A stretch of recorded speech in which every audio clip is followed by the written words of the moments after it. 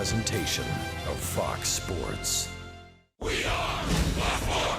We are Detroit. Tigers baseball on Fox Sports Detroit is presented by Bell Tire.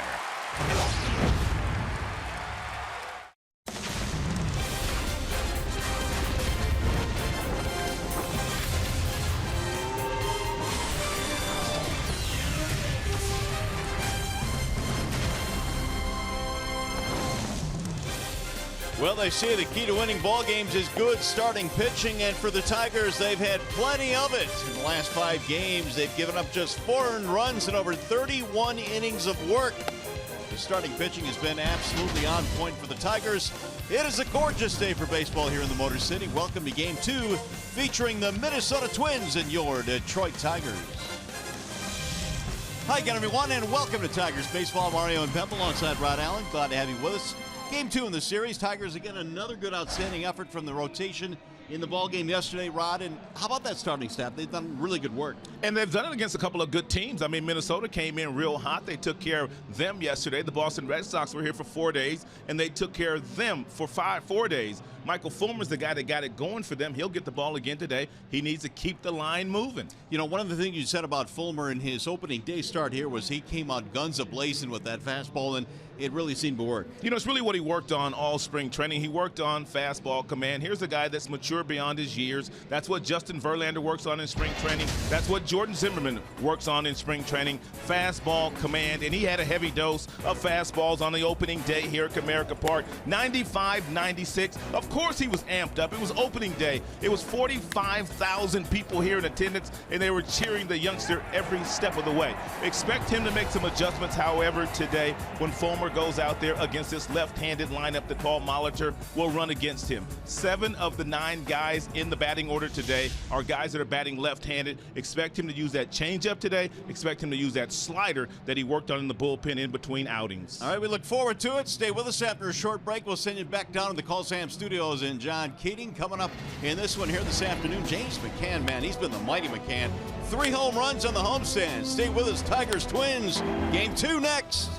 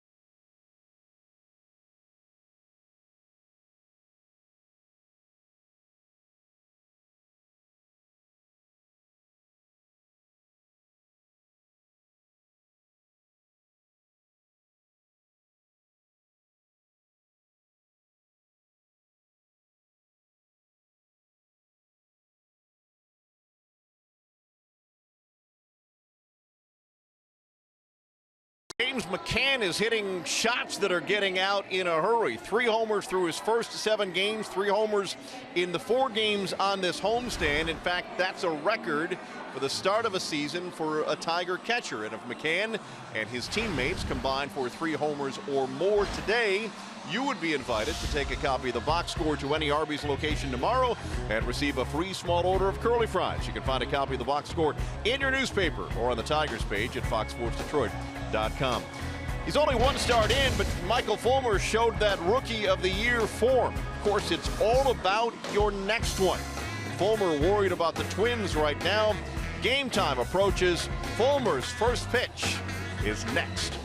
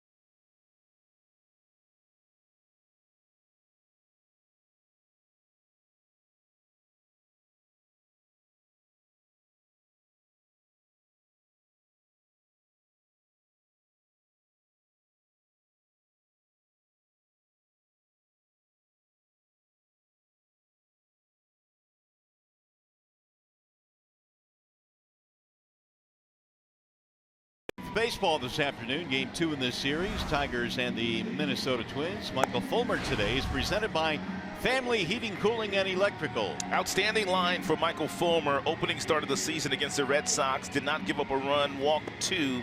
4 strikeouts, topped out at 98 miles an hour. Expect more changeup, more sliders this afternoon from Fulmer against this left-handed lineup. Paul Molitor will run against him. Yeah, different look to the lineup today for the Twins. It is presented by the Metro Detroit Chevy dealers. Dozier, Kepler, Sano, your top 3. Joe Mauer back in there. He's at first base. Polanco and Castro. And a bottom 3 of Escobar, Rosario, and Danny Santana. I talked to James McCann yesterday, and he told me that Fulmer just had a difficult time of commanding the changeup and the slider in his opening start of the season against the Boston Red Sox. But he had a bullpen session, they said, that went extremely well. And he said he found that off-speed pitch, so we'll watch for some of those good sliders and changeups today. So the 24-year-old out of Oklahoma City will go to work now for the Tigers. It'll be Brian Dozier to lead things off for the Minnesota Twins. And here's the first pitch of the ball game. Dozier looks at a strike, 0-1. 94 right down the middle. Same way he started the game against the Boston Red Sox. Dozier yesterday was 0 for 3 with a walk.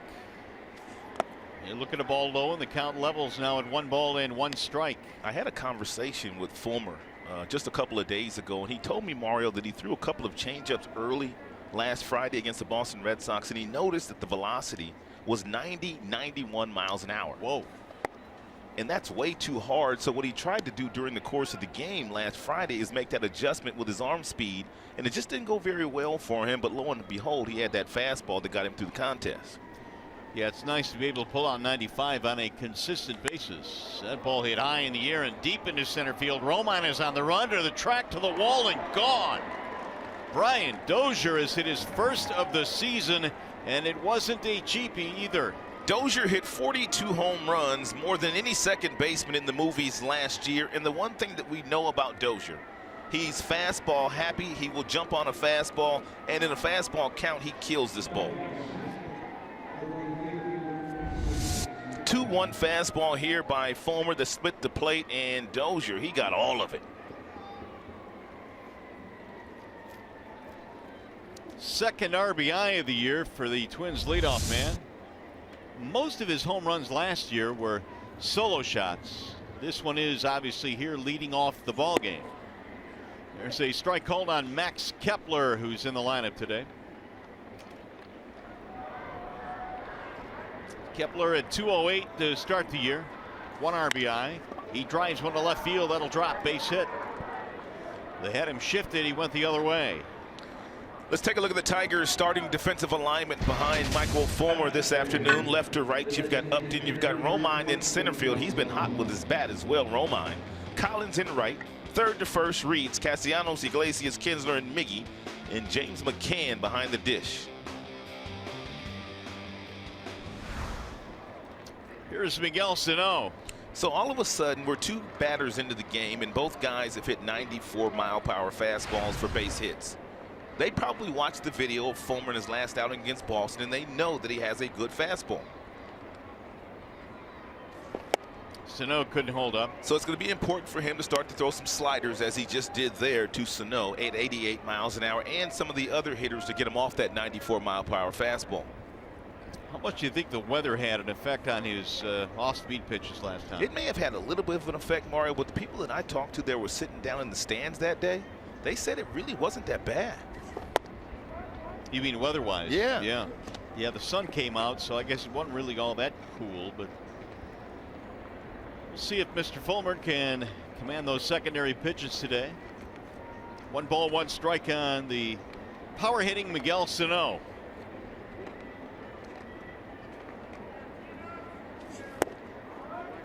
That'll dart outside, and the count now goes to 2-1.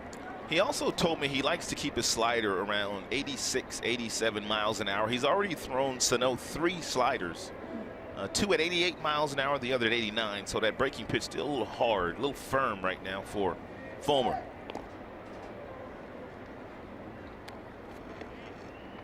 Sano had a double in the ball game yesterday. He was 1 for 4. The Twins had a late uprising in the ball game and made it a 2-1 contest by scoring a run in the 9th.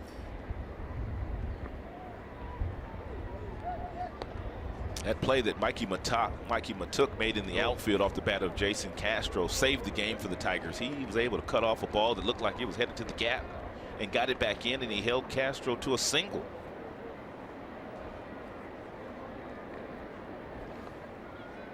Now the 2-1 coming home. Swing and a miss. 2-2 the count. Sano will swing and miss quite a bit. He set a single season record for strikeouts last season for anybody that's ever worn a Minnesota Twins uniform, 178 of them. Sano didn't really have all that good of a spring, but he has come out playing some pretty good baseball here in the regular season. Good block by McCann. Gave up his body there. And one of the things that Fulmer's going to have to do when throwing the breaking ball, just going to have to slow his body down a little bit. Still trying to find this pitch. He bounces this one down to the dirt. Nice job by McCann, but he bounced that ball 3 feet in front of home plate. And McCann took it right off the chest protector. Full count now with Kepler at first, nobody out. Risky proposition here to start Kepler because Sano strikes out so much. I'd be shocked. They don't, and it's grounded towards second. It's going to be a 4-6-3 double play.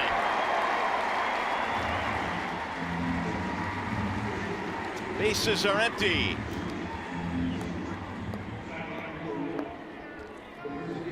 Iglesias and also Ian Kinsler have been putting on a clinic on a daily basis. They are two of the best at their craft in all of baseball. Look at this feed by Ian. Nice firm underneath. Gives it to Iggy right where he wants it. And an easy turn at second by Iglesias with Sano running. 2 gone now for Joe Mauer, who's back in the starting lineup today. Mauer playing first base. That's in there, a strike call.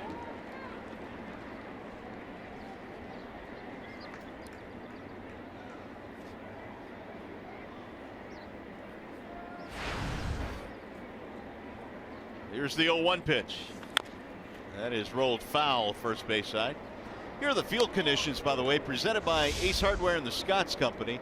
A little bit cooler today, 49 degrees our game time temp. Doesn't seem that bad though, does it? Sun shining, so it's a good day for baseball. Some scattered clouds in the area, but nothing threatening or ominous. That's a good pitch there by Michael Fulmer. Changed the eye level at 95 upstairs. And now he can come back with a changeup, or he can simply come back with another mid-90s heater against Joe Mauer, who's struggling to start the season this year, batting just .211.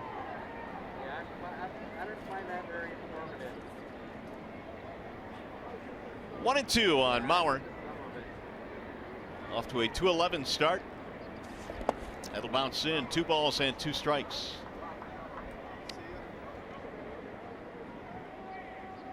Mauer had a pinch hit single off K-Rod in the 9th inning last night, which made things really interesting, but Frankie eventually slammed the door. Got a fly ball from Rosario and a pop-up from Kepler to end the ball game. Now the 2-2. 3-2. He has made McCann work early in this game, has Fulmer.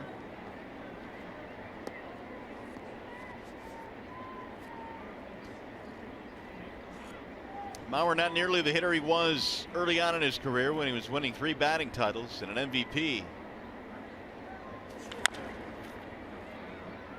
And of course in those days he was catching and has since shifted to first base, but the pounding that he took, I guess, eventually took its toll, but not nearly Rod the hitter he was. No, not at all. I mean, this guy was winning MVPs. He was winning batting titles. Career 300 batter against the Tigers. No one active's gotten more hits, doubles, done as much damage as Mauer has over the years against Tigers pitching. Ball hit well, but right to the center fielder Romine to end the inning. It started with a bang, the home run by Dozier, but that's all they get.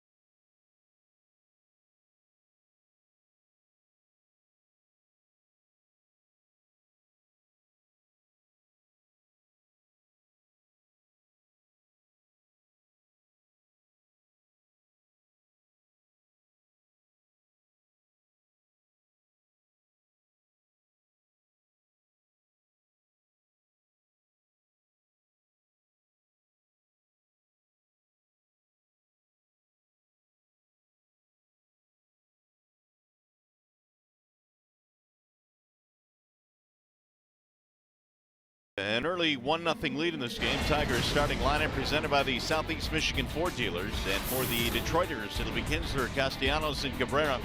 V-Mart in the middle along with Upton and Collins, who is in right field today. McCann, Romine, Iglesias rounding it out. And they are facing Kyle Gibson, presented today by MGM Grand Detroit. And no decision against the Kansas City Royals in his first outing of the year. Look for Kyle Gibson to try to throw lots of ground balls. That's been his MO since he's come to the big leagues. Lots of sinkers. He also has a slider, an occasional slow curveball to go along with a changeup. No decision against the Royals in 5 innings of work his first time out. This Minnesota team has done a really good job as far as starting pitching is concerned, as have the Tigers. I think we saw some of that yesterday in the 2-1 ball game. Kinsler getting it started. How about the way that they're playing Kinsler on defense? Well, this is kind of heavy to pull. Different.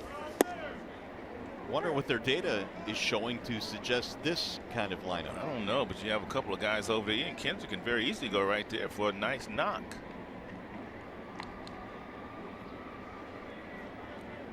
Here's the 1-1. Busted him inside, 2-1. That's one of the things the Minnesota Twins are doing a lot more of. They have gotten into a lot more statistical data than they have in the past. So you're starting to see them play certain shifts on certain guys. 2-2. Outfield plays Ian straight up, but they play him to heavy pull the baseball on the infield. And if you watch Ian Kinsler on a daily basis, this is pretty much how most teams play him. Maybe not so much with the shortstop. Lifted toward right field. Kepler is on the move. One gone. Let's take a look at the Minnesota Twins starting defense behind Kyle Gibson. Santana, Rosario, Kepler in the outfield. Escobar, Polanco, Dozier, Joe Mauer in the infield. And Jason Castro is the catcher. Joe Mauer did not start yesterday. He's starting at first base today. Of course, the Tigers had a lefty out there, and Mauer didn't start. Many more lefties in the lineup today for Minnesota.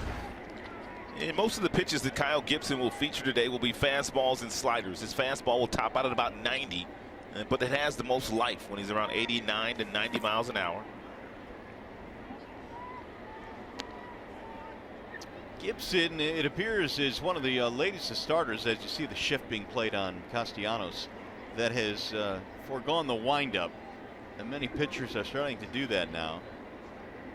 The 1-0 pitch. Chased high, 1-1. 3 defenders to the left of second. I was reading an article that Steven Strasburg now has given up the windup as well. He's pretty much pitching from the stretch. A lot more power arms doing that now. Well, it just simplifies everything. You have the little step back, and then you get to a real nice balanced position, as Gibson did right there. And then you allow your arm to catch up. And for a guy like Gibson, who is long and tall, he has to make sure his arm gets on top, because that's when he gets the most action on his pitches. Yeah, Strasburg echoed those thoughts, and he went even a step further, saying, I don't understand why we pitch one way with the guy on base and another way with nobody on base. So let's just streamline it.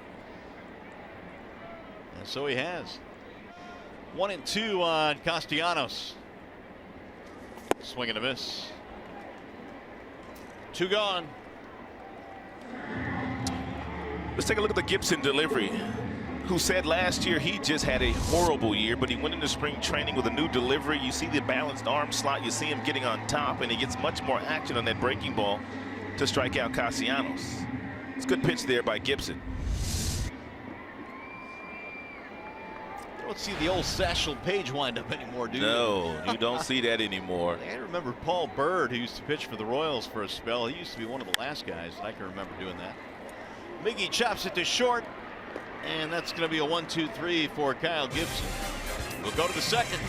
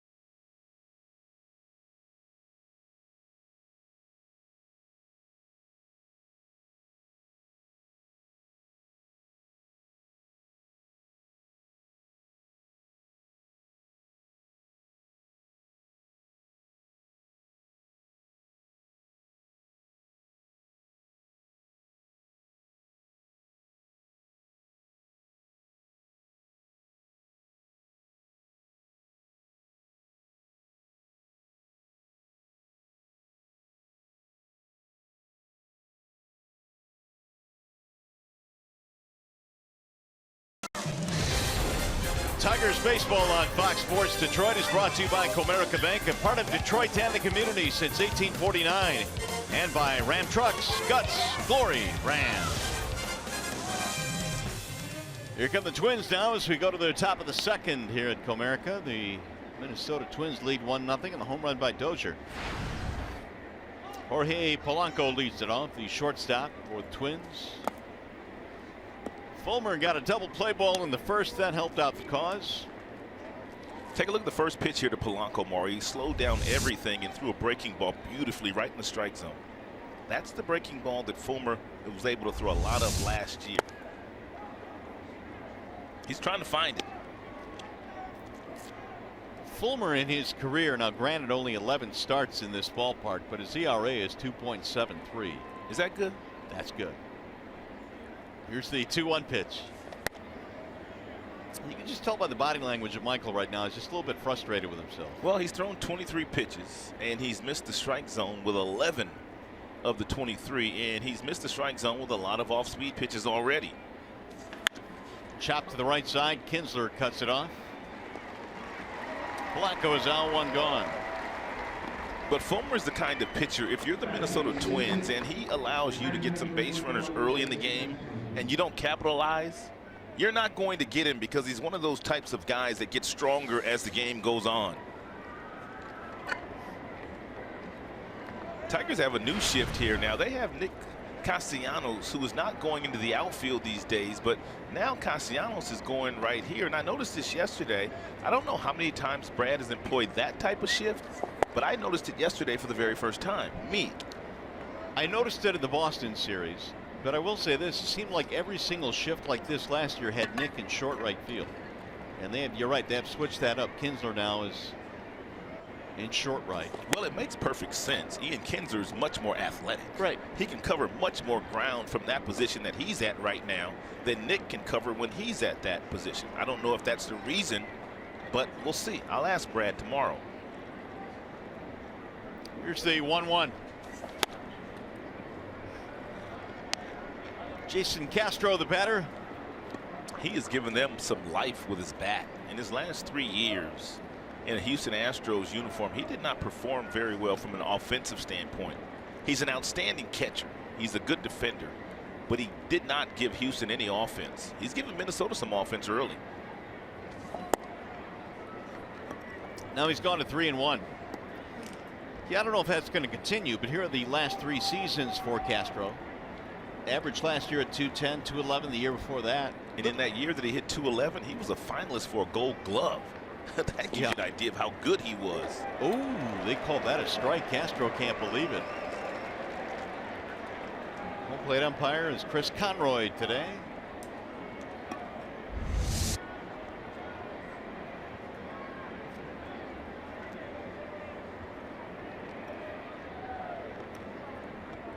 The upper reaches of the strike zone. Let's see if Fulmer capitalizes here. Fouled away. Again, that fastball from Fulmer, 94-95. Received the honor of pitching opening day at Comerica Park this year. He earned that too. He did, and the way the schedule worked out, obviously the Tigers starting on the road. There's strike 3. Castro discarded the bat. They thought he had a walk, and now he's going to have a chat with Chris Conroy. Such a fine line because you want that call for your guy as a catcher. Well, Castro did it like a pro. He made sure that he told Chris Conroy that he thought he missed 2 pitches, the one upstairs, and he thought this was off the plate inside. But apparently Chris Conroy's got a big strike zone today. Pretty close. Here is Eduardo Escobar.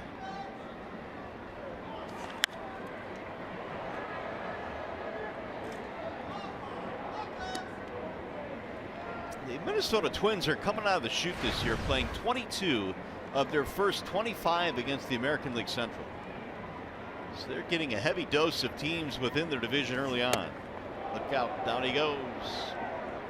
1-1. I love that, man. I love when power pitchers just come inside and just knock you down a little bit. Make a guy move his feet. Right. Make sure the hitters aren't too comfortable. Fulmer 7 of 7 in first pitch strikes, but otherwise, command not real good.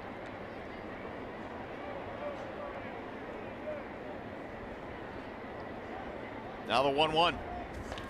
Pulled on the ground to second. Kinsler gobbles it up. And a much better second inning for Fulmer. A 1-2-3 second. Victor Martinez will get things started for the Tigers in the bottom of the second.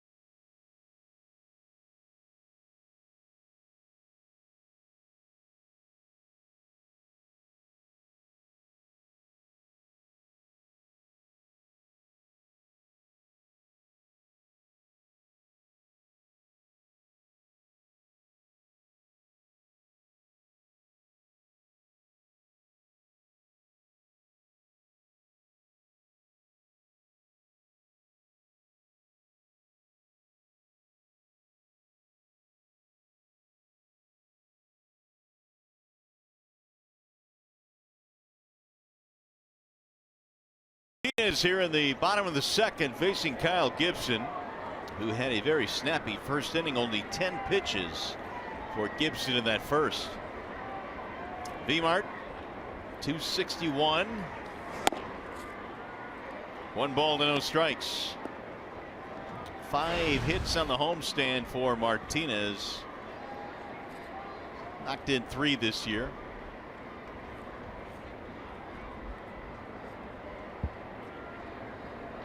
Here is Gibson's 1-0. That'll dive in for a strike. And Tigers' big boys really have not gotten going yet. And we've well documented the fact that Miggy hasn't gotten going. Victor's doing okay, batting .261 with 3 ribbies. J-Up hasn't gotten loose yet. Kinsler, he's been good. Castellanos has been good, but in the bottom of the order's been good. And it's only a matter of time before the middle of the order catches up. Well, there's no doubt about that. And the other thing you have to be happy about is that the Tigers are 5-2 without the big guys in the middle. Outstanding starting pitching. 1-2.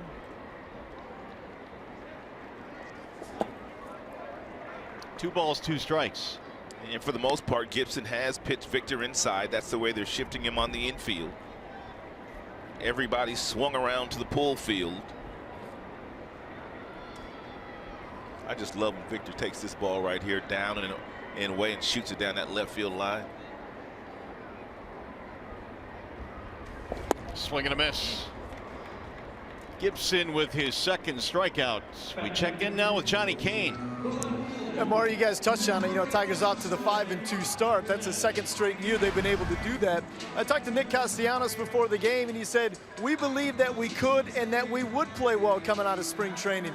And you mentioned that some of the heart of the lineup hasn't really gotten going. Also keep in mind, JD Martinez, you know, still hasn't played for us yet too. So Andrew Romine said we are anxiously anticipating his arrival. But the biggest part about getting off to such a good start as they're tied with the Twins atop the division is the fact that, you know, their central heavy schedule here in the month of April with 14 of 24 games against division counterparts. So let's see if they can keep her going, boys. Yeah, Johnny, and the starting rotation obviously has helped the Tigers get through some of those absences. And from what we heard today, Rod, JD Martinez might take some BP when the Tigers are down in Tampa. That ball hammered to left field. It is going to get down. Cut off in left by Santana. He's on his way to second. Sliding double for Justin Upton.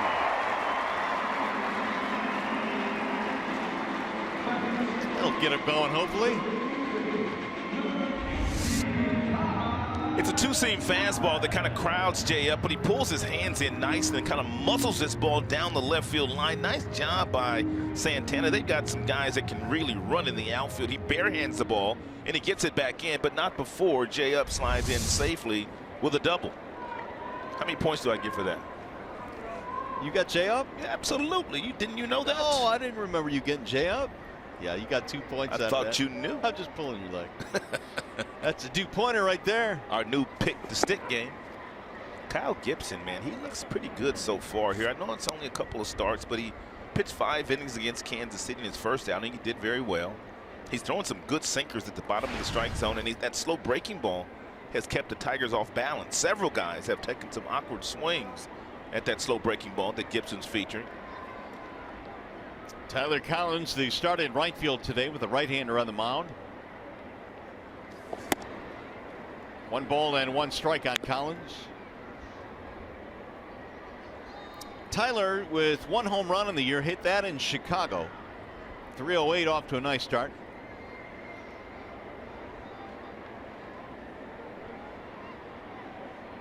Here's the 1-1. 1-2 on Collins. Get back to JD Martinez. He is hopeful. He is taking batting practice right now, but he may join the Tigers down in Tampa. Join the club there. He's in Lakeland right now. Tampa is the second stop on the coming road trip, and may join them at Tropicana Field. Take some BP with the ball club. But the progress has been very good for JD, and that's great news. Here's the 1-2.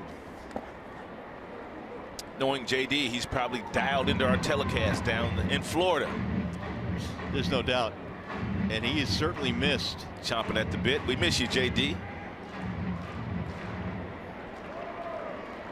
We're talking to Al Avila before the game on that play that Matuk made in right field and maybe saved a run in the 9th inning. Absolutely. And, you know, so he's filled in admirably, but boy, you cannot replace the power that JD Martinez and the average really that he provides.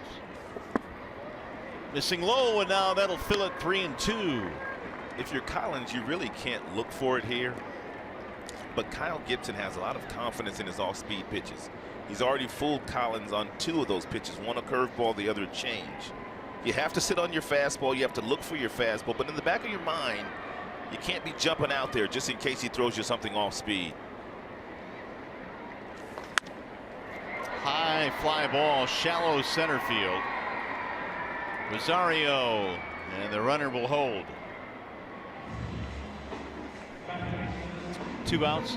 Here's our Chevrolet most dependable player. We'll go with James McCann, and when he sees the Twins, he lights up. He's 308 career against Minnesota. Got him yesterday with a 2-run shot, which turned out to be the difference. Good pitch there by Kyle Gibson. 3-2 changeup had Collins out in front. Tigers need to recognize that very early on as well. The fact that he's not afraid to throw that off-speed pitch and fastball counts.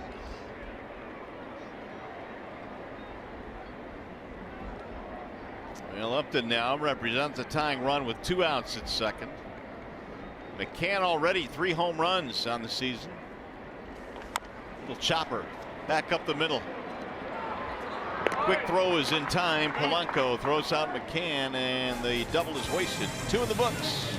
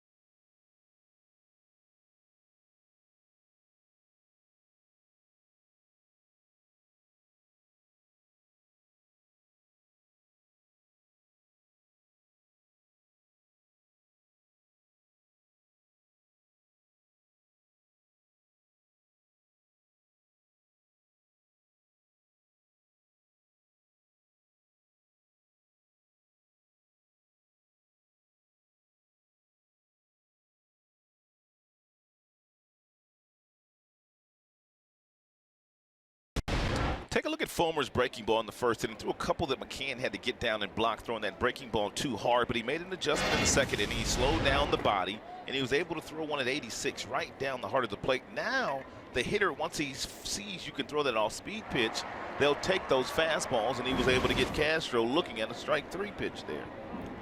And Michael goes back to work here in the third, trailing 1-0. Eddie Rosario leads it off for Minnesota. It'll be Rosario, Santana, and then Brian Dozier. Really, as a group, the Minnesota Twins outfielders have gotten off to a horrible start this year. Rosario's not performing well. Kepler, of course, Buxton, he's not playing today. Santana in left field today, also hitting under 200. So their outfield right now, they can run down everything, but offensively not doing much. Byron Buxton, their prize prospect, has really struggled out of his chute. Struck out 3 times yesterday. He has struck out 17 times already, Mario, which paces the majors. He'll get the day off today. He needs the day off today. The 0-2. Little chopper back up the middle, and a sprawling play Iglesias, but no shot. And Iggy just threw it away. McCann will back it up. It'll be an infield hit for Rosario. McCann was able to get ahead of Rosario's no balls and 2 strikes, and he came back with a 94-mile-per-hour fastball. You can see the glove of McCann.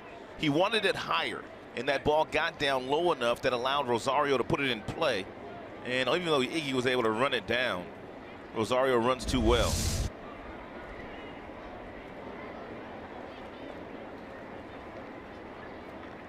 Third hit of the game for the Twins. It'll bring us Santana. One of the aforementioned outfielders that is not playing all that well offensively. Santana playing outfield today at least. Batting 143, that's it. He played 6 different positions last year for Minnesota. All 3 outfield positions, third, short, and second in the infield. The Minnesota Twins last year were 59 and 103. They were in 5th place, dead last in the Central Division. Got off to an extremely slow start. Really could never really get out of that hole. Here's a bunt that goes foul.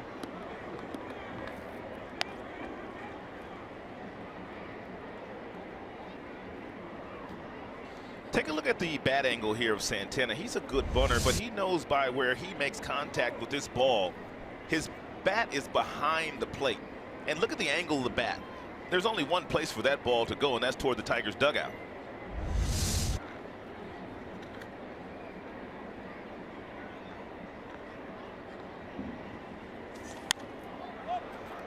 Oh, 2. Dozier waiting on deck.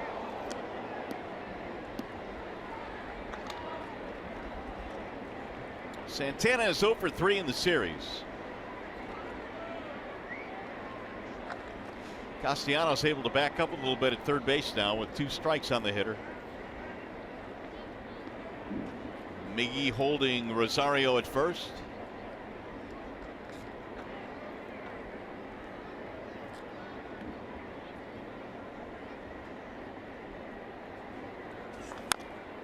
Just got a piece of it to stay alive. Tiger starters are second in the majors with an ERA of a little under 2.5.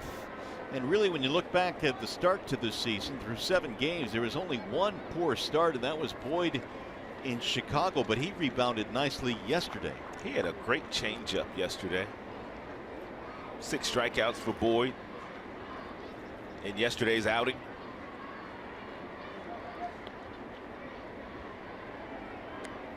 Yeah, Matthew Boyd had a nice rhythm yesterday. You mentioned the off-speed pitch. He threw a lot of breaking balls and fastball counts. A lot of confidence yesterday he pitched with. He had 5 2/3 of no-hit baseball before they got a single against him in the 6th. Nubbed foul at home plate. Hey, by the way, stay tuned to Tigers Live. Following the game, we select the Fox Sports Detroit Tigers Player of the Game, presented by McDonald's. Stop by for your breakfast favorites, now being served all day.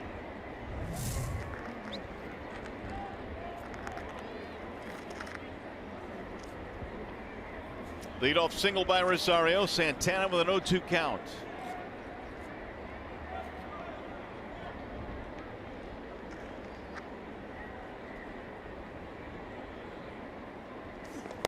Ball high.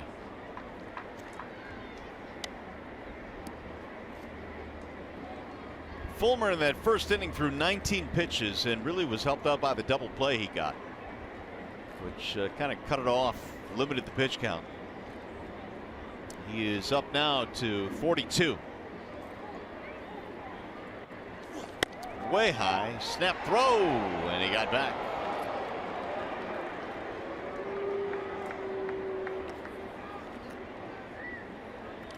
It's a nice throw here by McCann, who loves to throw. Very accurate with his throwing arm.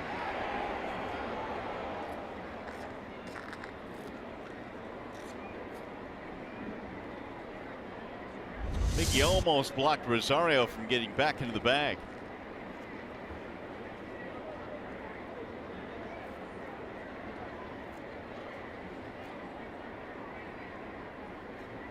Now the 2-2. Driven in the air to center field. Romine is on the run. Still going to the warning track. Nice running play by Romine.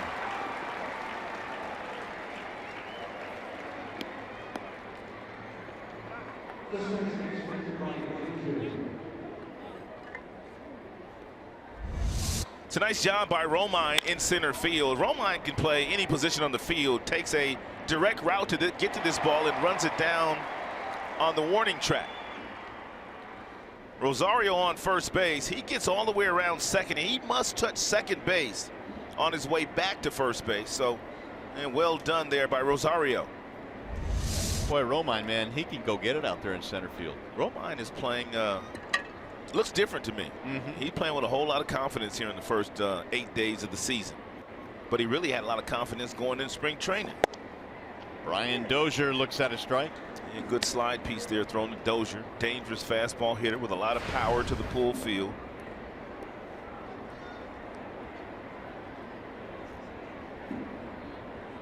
Dozier with a home run to start the ball game. His first of the year after hitting 42 of them last year.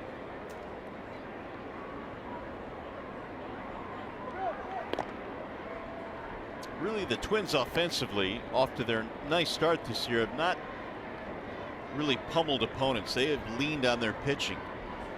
Dozier has had more opportunities to drive in runs. The bottom of their lineup has been decent, but to this point, only 2 RBIs.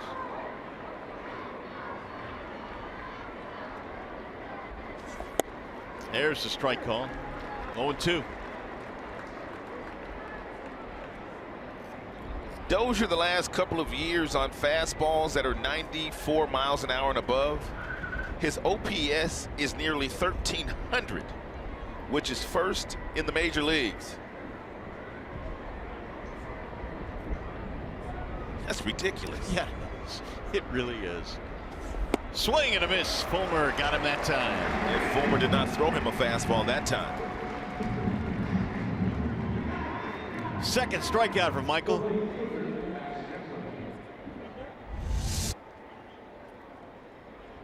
It's a well-located breaking ball. It stayed up a little bit, but the velocity, he slowed down about 10-mile-per-hour differential off the fastball, and that was enough to get Dozier out in front. Here is Kepler coming off a really good first season in the big leagues as a rookie. There were times last year where they were touting him as the potential rookie of the year, Kepler. Yeah, I mean, his secondary numbers were pretty good. He led all rookies in walks and was second in RBI, third in home runs. German-born is Max Kepler out of Berlin, Germany.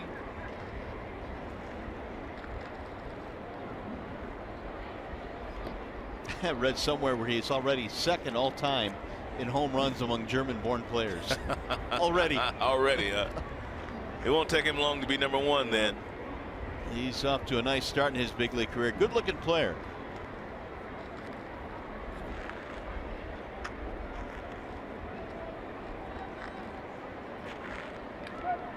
Another throw back, and that one was close. Rosario diving back into the bag.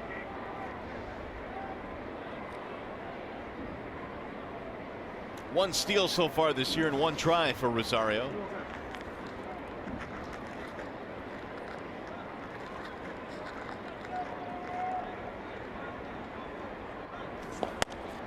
Strike called. Fastball from Michael at 94. And Michael is starting to throw a lot more strikes. He's now thrown 48 pitches, 31 strikes, just 17 balls. Command has gotten a lot better.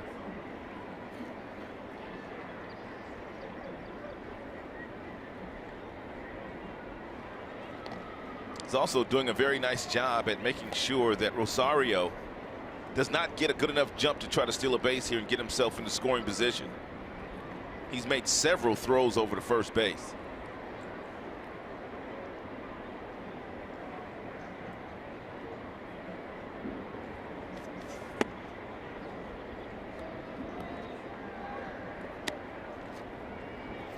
Kepler last year, 17 homers, 63 RBIs, but his average was low at 235. A couple of years ago was the Twins minor league player of the year and the MVP of the Southern League.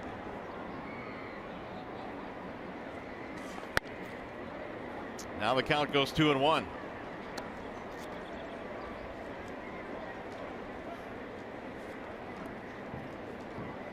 Here's the breakdown now after 50 Fulmer pitches, 31 of them strikes.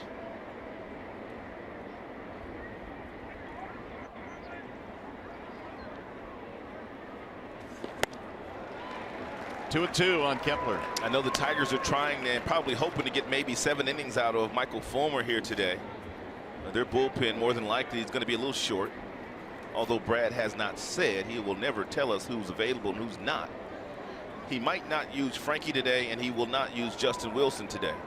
So pretty much the back end bullpen is toast. Yeah, I think for sure Justin Wilson is out, and I think you're right. I'm pretty sure they wouldn't use Frankie. Fouled back. But we'll see. Those scenarios can change. A manager can change his mind as the game goes on. You've got an opportunity to win a game. But as they always say, at this point of the season, you have to keep one eye on the long range. It's still very early. You don't want to burn guys out early. Yeah, both guys have thrown in back-to-back days. And usually this early in the season, the manager will not go to them 3 days in a row.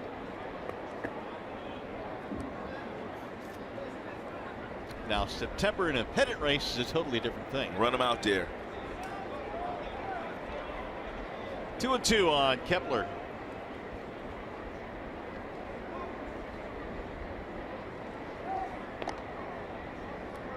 Well, Fulmer has been very preoccupied with Rosario at first.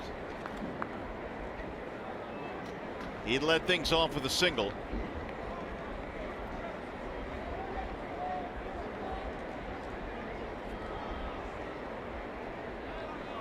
Runner goes. And that ball hits Kepler. Or did it? Rosario's going to third base. Apparently it didn't hit him. Yep, now they're saying it hit him, and they're sending Rosario back to second.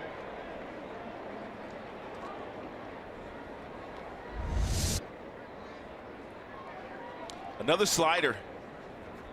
And that appears to hit Kepler right on the top of the foot.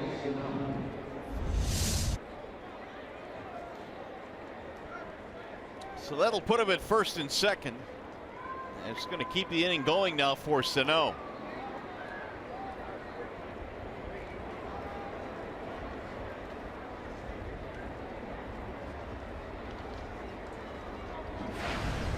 And for Sano, a double play ball closed out the first inning.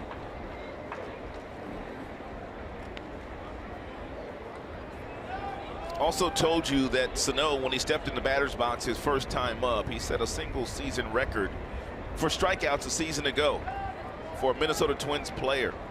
178 of those. Fulmer will take a strikeout right here.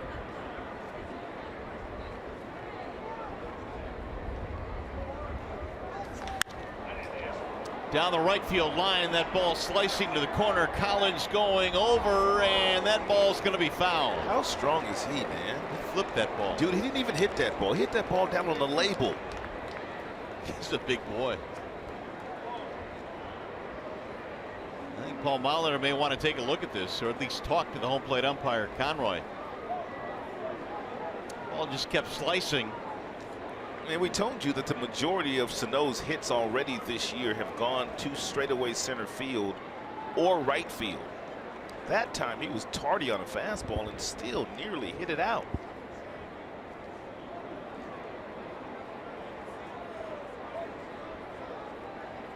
Molitor wants the umpires to convene here and talk about this, and they're going to look at it apparently.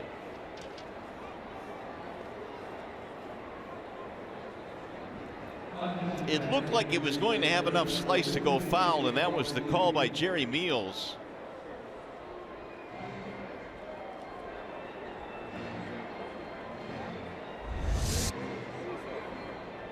Let's see if we can see here.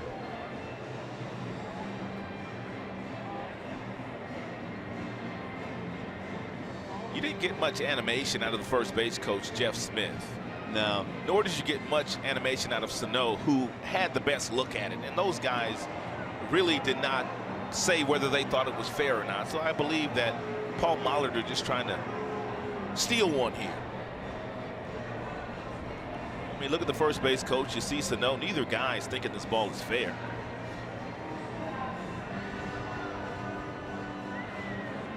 Well, it's going to be tough to steal one.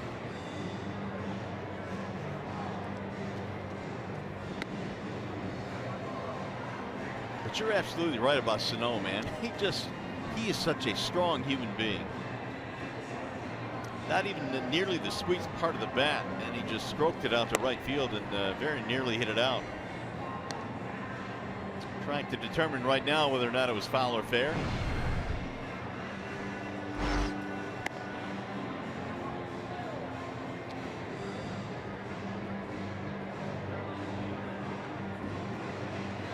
Just don't know if there's a definitive enough look.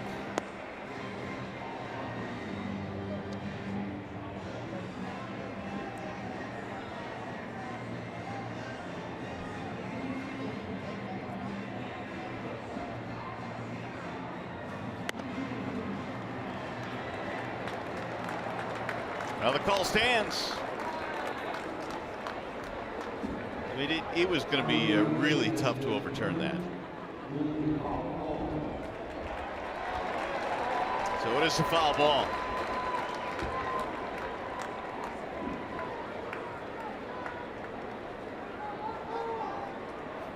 Oh, and 1 on Sano. Runners at first and second. We're in the third. 1-0 Twins.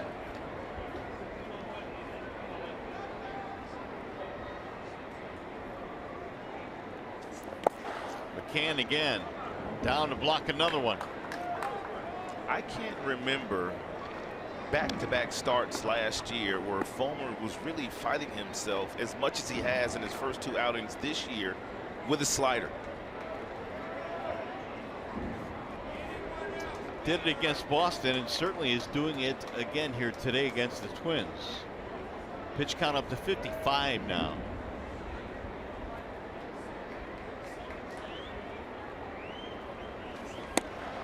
Another one that darts low and away. Against the Boston Red Sox, Fulmer threw 33 sliders and changeups. 33 of the 95 total pitches that he threw in that outing. And of the 33 off-speed pitches, he only hit the strike zone with 16 of them.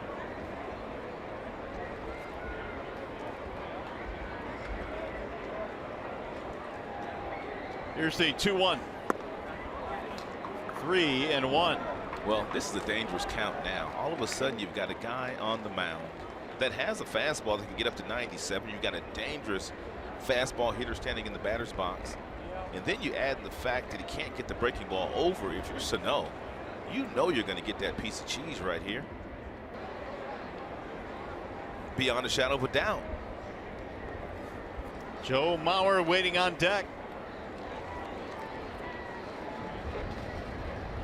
Sano has already hit a couple of home runs on the season, 8 RBIs.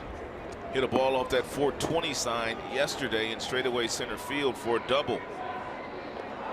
Ooh, almost got him. Yeah, and Fulmer really wanted that. Brad says, hold on.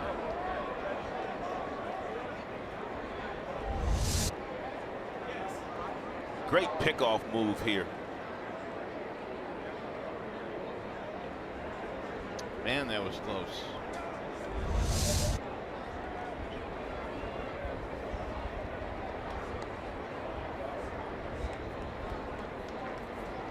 Not close enough, though.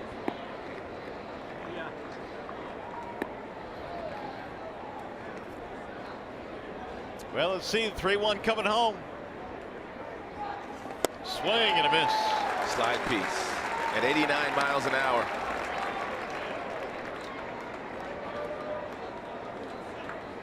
Snow sitting dead red there. Absolutely. He better be sitting dead red here, too. There's absolutely no way you could catch up to a Michael Fulmer fastball if you're looking for something off speed.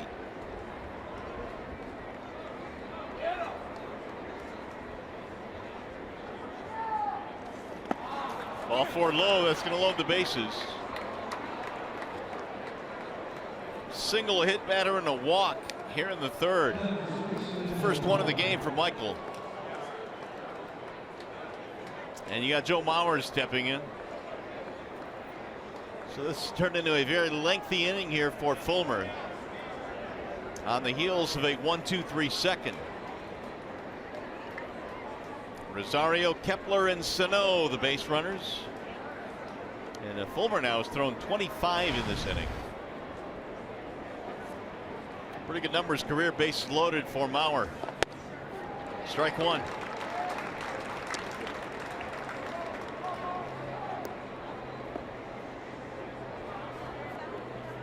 So he's had 60 now.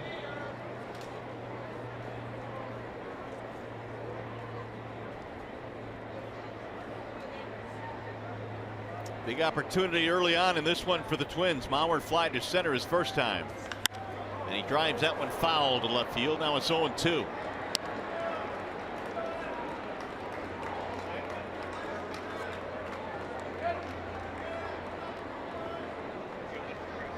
Michael trying to dig himself out of a 2-out jam. And Mauer must have broke his bat. A little hairline fracture.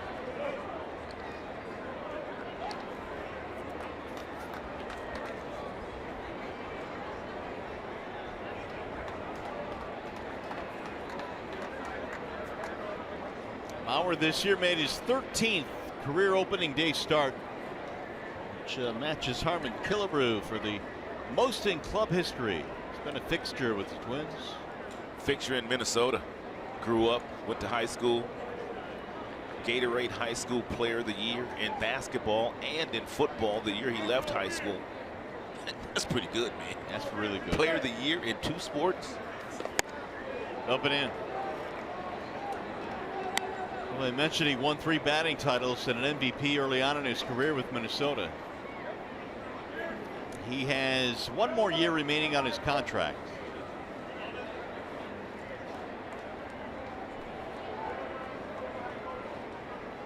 Also won 3 Gold Gloves as a catcher. The 1-2.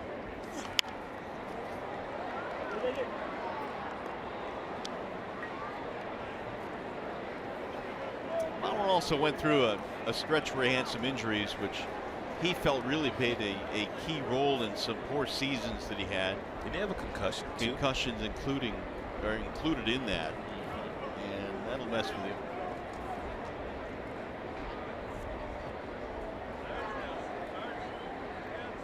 Now Fulmer again with the 1-2. Low, 2 balls, 2 strikes. Ooh, Fulmer wanted that one. He was on his way back to the dugout. Did not get the call. It's a changeup. Pretty close.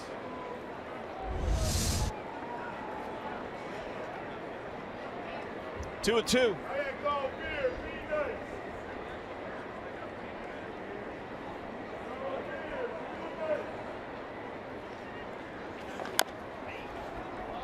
Mauer stays alive.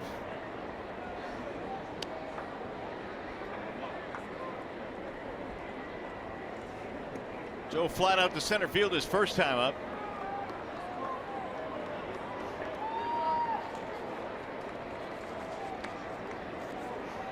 Meanwhile, Fulmer trying to bat through a start here in which he obviously is not as crisp as he would like to be.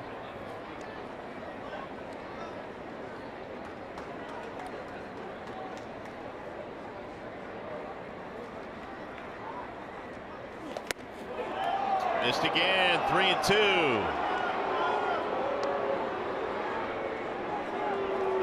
It's a couple of close pitches there.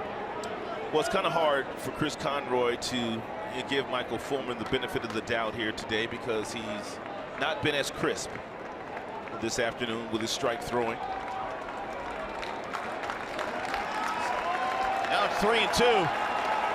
And the runners will be moving.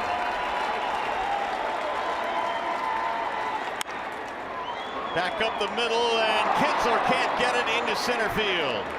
2 runs will score. Rosario and Kepler. Sano goes to third, and Mauer comes through with a seeing-eyed single. And Tigers are going to have to start to get some activity in their bullpen. Michael Fulmer has already thrown a lot of pitches here in the third.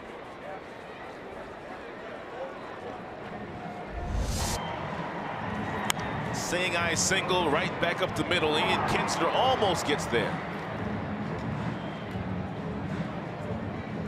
If Ian gets to this ball, he might have been able to save a run. And once it got through, Kepler came around to score the second run in the inning.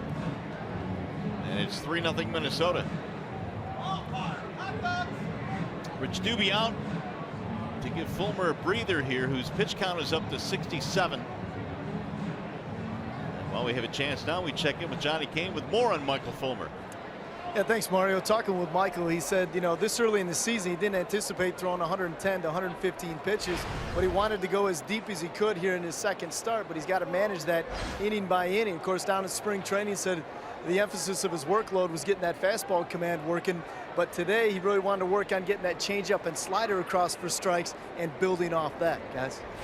Well, right now, he's got runners at first and third. Mauer came up with a key 2-out hit. Here's Polanco. And be careful here, especially if you throw Polanco a first pitch fastball.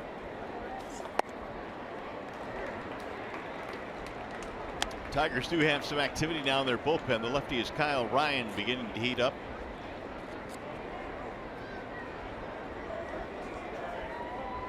Polanco bounced out his first time up. The next pitch that Fulmer throws in this inning will be his 35th.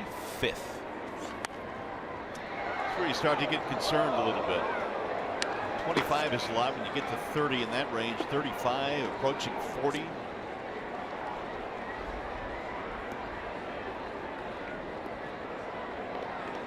She's fired up about that, Susan. She didn't expect to get a foul ball today.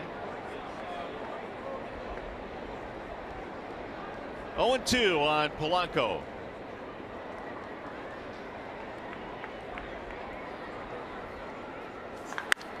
Rifled foul.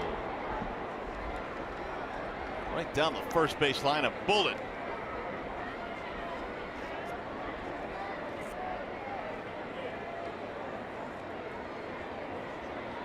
Again, that last fastball from Fulmer at 94 miles an hour.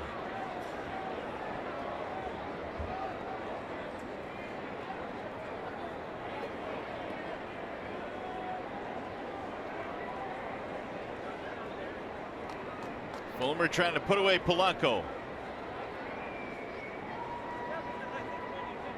The 0-2.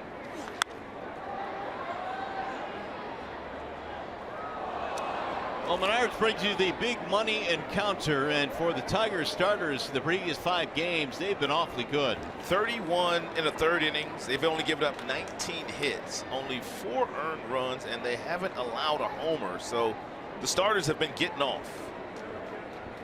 Justin, Matthew Boyd, Jordan Zimmerman, and also Daniel Norris. Ooh, they are grinding out some at-bats today against the youngster Michael Fulmer. 15 foul balls already this inning off Fulmer pitches.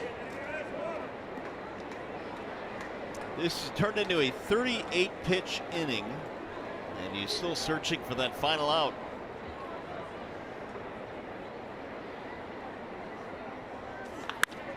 Again, ripped down the right field line, foul.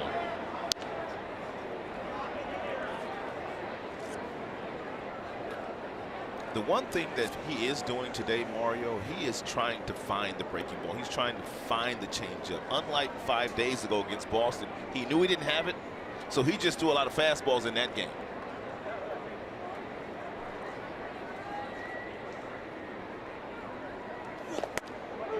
strike called, and he finally ends the inning with a fastball for strike 3. Polanco didn't like it, but the inning is over. 2-run single by Mauer ends the marathon inning against Fulmer.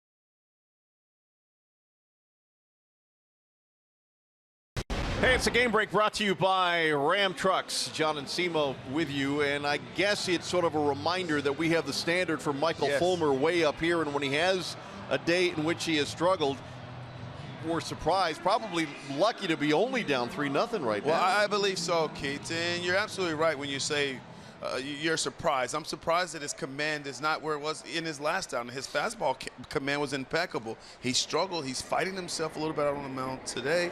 Let's hope that he can make some adjustments and start to throw some strikes and get some easier outs. Yeah, we would think the bullpen will certainly play a role in today's game, guys. Well, we'll see. And right now, Fulmer, his pitch count at 74. In the meanwhile, Kyle Gibson back out there. He's kept the Tigers off the board for a couple of innings as Romine rolls one to second, one gone. It'll bring up Jose Iglesias. You know, we've seen Gibson, Rod, and when you look at the overall numbers, you know, they're not all that good against the Tigers, but recently 3 of his last 4 have been really good, so he's got to turn the corner against the Tigers. He's pitching with a lot of confidence out there right now. You can see that. He's thrown 26 pitches. He's only missed the strike zone with 8 of them. The sinker ball's been anywhere from 89 to 91 miles an hour, but he's also been able to throw that changeup and that slow curveball whenever he wants to for a strike. Iglesias takes a strike. There's an example of that good two-seam fastball down in the strike zone thrown by Kyle. Twins 3 runs, 4 hits. Tigers no runs on 1 hit. The 0-1. Fly ball. Shallow left field. Long run. Santana gets there. 2 gone. Time now for the Bernstein advantage. We'll go with Ian Kinsler when we look at his advantage that he's had against Gibson career. Pretty good. He's homered against him, 310.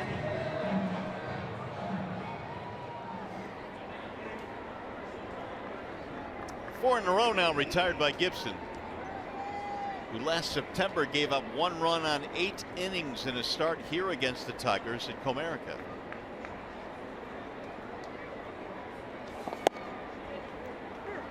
He had fly to right field his only time, 0 for 1. Tigers have only 1 hit, the double by Upton in the second. They failed to score him though. The 0-1 pitch. Take a look at Jason Castro here, who is known to be a really good pitch presenter here for the umpire. Here's a sinker down. Look how he catches this ball. Just real quiet. Keeps his hands right there. Real nice look there for the home plate umpire, Chris Conroy. He is one of the top pitch framers in the American League the last couple of years, and that's why they got him. And they say he works really well with Kyle Gibson. Bouncer back up the middle. Shortstop scoops. Polanco's throw is in time. And Gibson has a 1-2-3 third.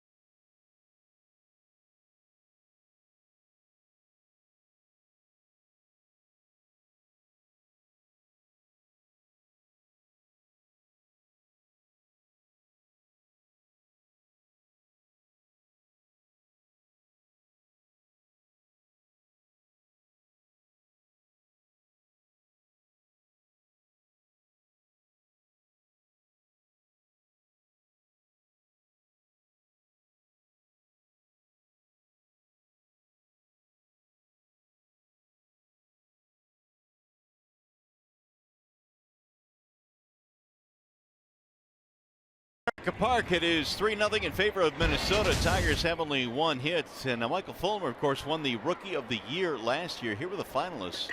Gary Sanchez, who's on the DL right now, boy, he came close, didn't he? Tyler Naquin also had a really nice year for the Tribe a season ago. Fulmer easily outdistancing Sanchez. He got 36 of the 40 first place votes last year. I cannot believe there were a lot of people out there that thought Sanchez should have overtaken Fulmer for the Rookie of the Year despite him playing just 54 games. Yeah, there were some which kind of made you scratch your head. Now, granted, he probably, did have probably most of them come from the East Coast. Probably. But he did have some really remarkable numbers in the short time he was in the big league. He did. Castro, the batter. I'm trying to remember, Rod, the last time we have seen a starting pitcher throw 40 pitches in an inning. That's what Fulmer did back in the third. It doesn't happen very often, but they left him out there, and he got the final out. Now he's back out there. Hopefully he can have a clean inning and at least take a real nice positive taste from this outing into his next start.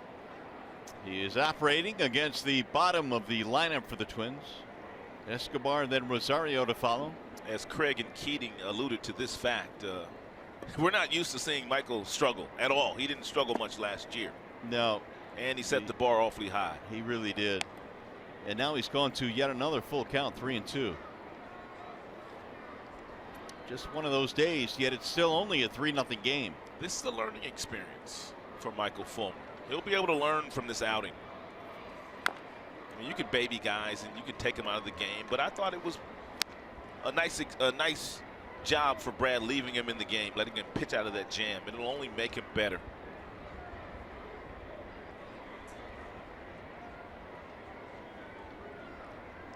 Castro struck out his first time up. They've got him shifted to the right side. 3-2. Flared toward left field. Upton coming in. One out. In the Tigers' main digital ballpark pass is your ticket to 10 home games in May. One pass, 10 games. Only $59. All tickets will be digitally delivered via your mobile device. Buy yours today at tigers.com/pass. It is so simple. It's just delivered right to your phone. You show up to the ballpark. Show up your phone, you're in. Can't be much simpler than that. Eduardo Escobar, the batter. Swing and a miss, 0-2.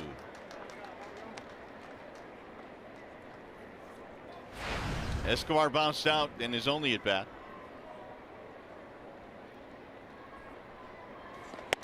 Got him, strike 3. Fulmer caught him looking. That was a quick at bat. It's the second time today where the Minnesota Twins have questioned a high strike as far as the fastball is concerned. Jason Castro, the catcher, did it earlier, and Escobar thought this ball was up.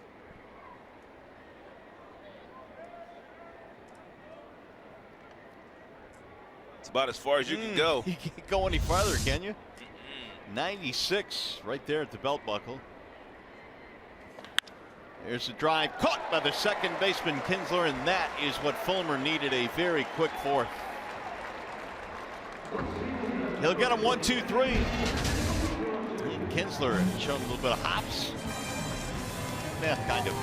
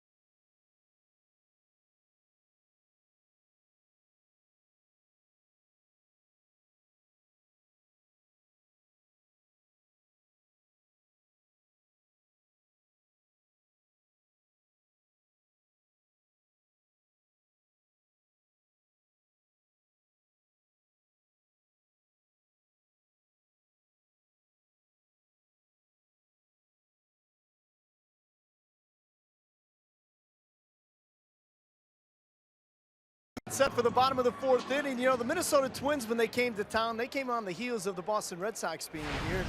If you didn't know, the Red Sox had some issues with the flu virus. It ran rampant up and down the roster. They even had a broadcaster, some staffers that were affected by the whole deal. Well, when the Red Sox left town, Minnesota's coming in, and they requested to have the clubhouse fumigated. We hit on it during the game yesterday. So I talked to John Nelson, who's the visiting clubhouse manager, and he said, listen, they came in with a cleaning solution, cleaned the bathrooms, cleaned the counters, cleaned the locker stalls. He said, I've been here for 4 days. I think they're blowing it a little out of proportion. You know? He said, I'm fine. And the guys really didn't have too much to say about it as far as the Twins players. They were aware of what had happened, but they're not too germophobic. But what I thought was interesting, when I talked to Miguel Sano, he actually did say that when he got back to the hotel, because they're staying at the same team hotel that the Red Sox were, he said he had a little bit of a cough. So this morning, as a precautionary measure, did take some medication, but everybody seems to be no worse for the wear. Well, maybe they should have called the hotel as well and had those rooms fumigated, Johnny Kane. Well, maybe so. I'll have to dig up and see what they did on that. I know, Inspector Gadget down there. Castellanos the batter. I love Nelly, man, the visiting clubhouse guy. He's a straight shooter, dude. He's a beauty. Look, it's overblown. We're fine. I was here for 4 days. I'm good. Yeah. Take your vitamin C. 1 and 2 on Nick. I will say this, I'm glad the Red Sox are out of town, because I was walking around in eggshells for 4 days here, man. I didn't go in there. I'll tell you what, yeah, I didn't go in their clubhouse. I just passed this time. I went down to the batting cage to see my good friend Chili Davis, who's the hitting coach from Boston. You shake his hand? I did shake his hand, and then he told me he was sick, and I said, dude, really? You too?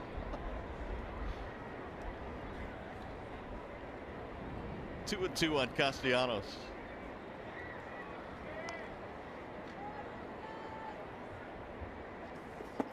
Low, ball 3. Tigers trying to get it going here. They have only 1 hit so far. It'll be Castellanos, Cabrera, Martinez. 2, 3, and 4 against Kyle Gibson, who had a 7-pitch third.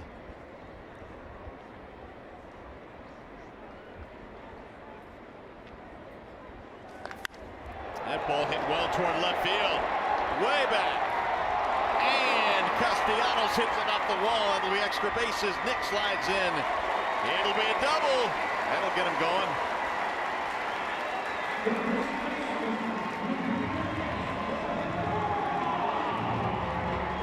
Nicholas is off to a torrid start. He gets a 4-seam fastball up in the strike zone, and he pulls his hands in nicely and barrels it up to left center field. This ball about a couple of feet from going out of the ballpark.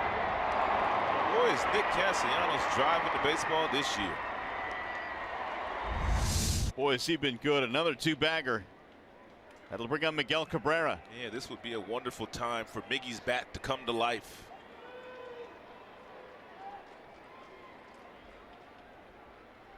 Cabrera grounded out his first at bat.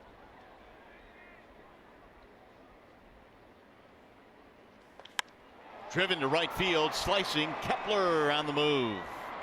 Runner will tag, and Castellanos will move up. That's a productive at bat for the big fella. He would love to have a double.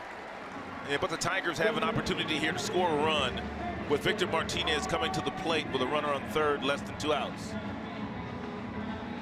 He's getting closer. Miggy took some positive steps yesterday, took some good swings. Just a matter of time before the Tigers slugger gets it going. A lot of his outs have gone to the opposite field the last couple of days. Well, all season, really. Only true. 7% of his outs have gone to left field so far this year, so he hasn't pulled the baseball much. Just about every out he's made has been the opposite way or up the middle, which is what Miggy does. Here's Victor Martinez with an RBI chance. Victor struck out in the second. Yeah, the infield is back for Minnesota at every position with the exception of third base. Anything on the ground, up the middle or toward the right side of the infield, the Tigers should get on the board here today.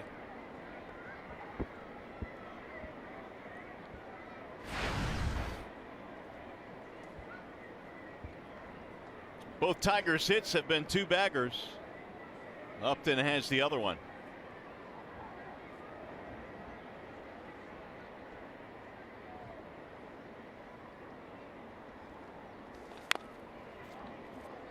One ball, 1 strike on Martinez.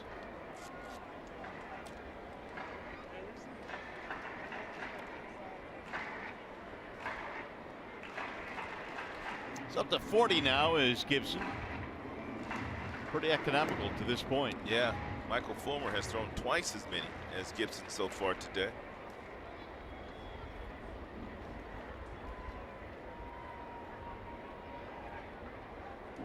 Gibson, a first-round selection of the Twins, was back in 09. He's had 3 opening day starts for the Twinkies. Here's the 1-1. Grounded foul. Yeah, didn't get it this year. Irvin Santana got it, but the 3 previous years, Gibson was on the bump on opening day.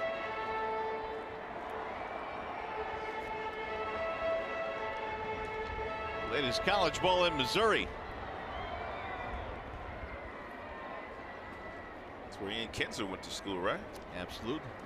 Kins had a couple of stops. One of them was Missouri. The other was Arizona State.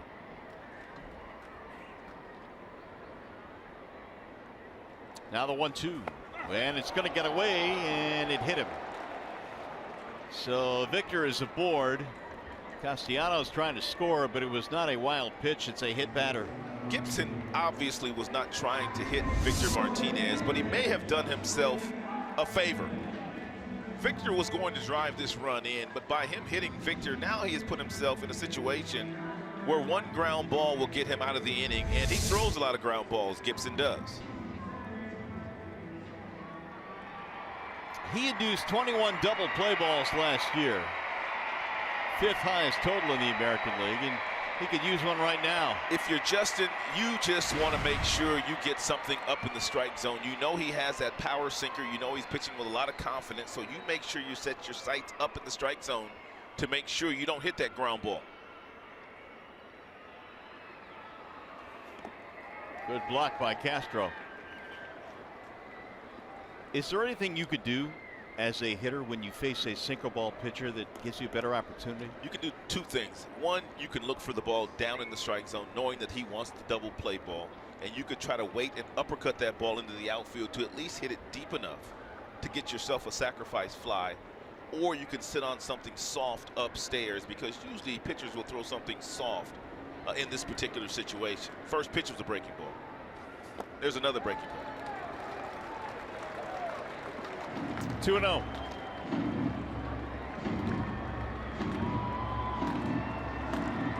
They got it started with a leadoff double. 1 out later, Martinez hit by a pitch.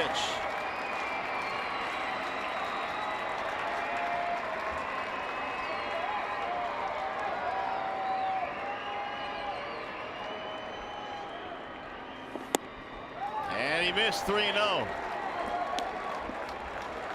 One pitch away from loading the bases for Tyler Collins. I wouldn't be afraid to green light Justin Upton here. See if he can get himself a cookie fastball right down the middle.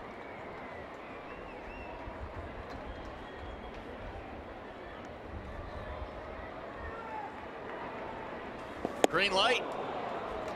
Could not connect. 3-1.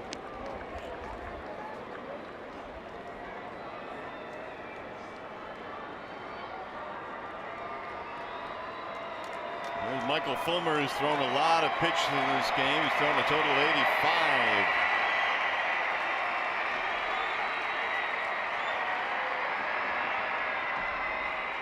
Here's the 3-1.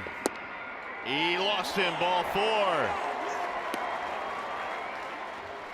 And the bases are loaded. First walk of the ball game for Gibson.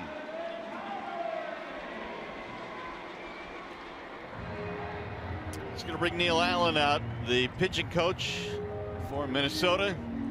First real trouble of the ball game for Gibson, who is cruising along through 3.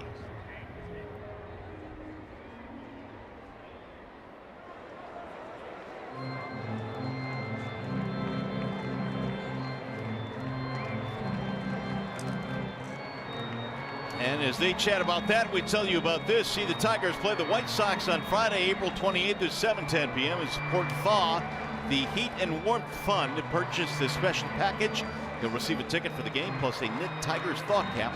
For tickets, visit tigers.com/thaw. There's no doubt that Neil Allen, the pitching coach, just went out to the mound to refresh not only Jason Castro, but also Kyle Gibson, the pitcher, on the fact that really all he needs is a ground ball here, and he throws 50% ground balls. They just want him to relax out there. Collins fly to center field in his only at bat. Tying runs on the bases now. And Collins takes a strike on the outer edge.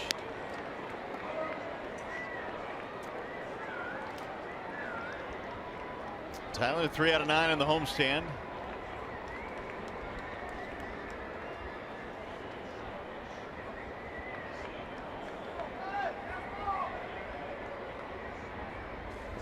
Swing and a miss. That's been his go-to pitch when there's been men on base, and the Tigers really haven't had that many base runners. He has simply gone to that straight changeup and that slow curveball. We'll see if he elevates one here, four-seam variety. He might try to go up top to see if he can get Collins to swing and miss. Those outfielders are awfully shallow.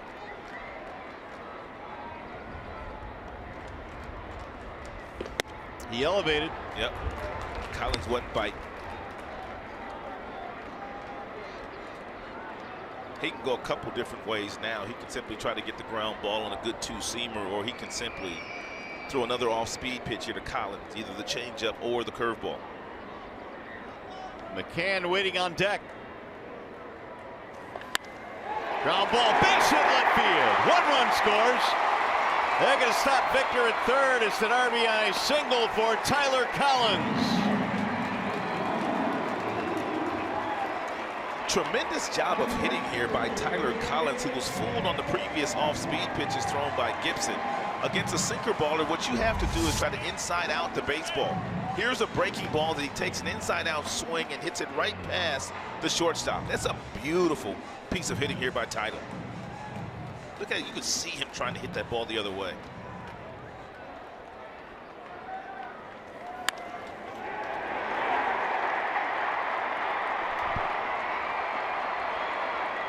There's a situation right there where the overshift cost them a double play ball, because had Polanco been playing his normal position, tailor-made, that's a 6-4-3 double play. Well, now McCann, base is still loaded, 1 out, 3-1 ball game. Now a base hit could tie this game up. And McCann checks it, strike one.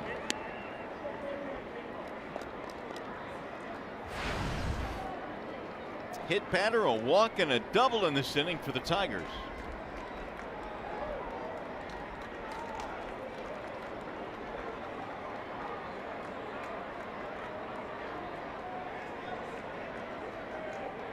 Here is Gibson's 0-1 pitch. Busted him high and inside. James now with 5 RBIs on the year. Really, for the most part, the Tigers have not made Gibson work all day, but they've gotten to him a bit here in the 4th.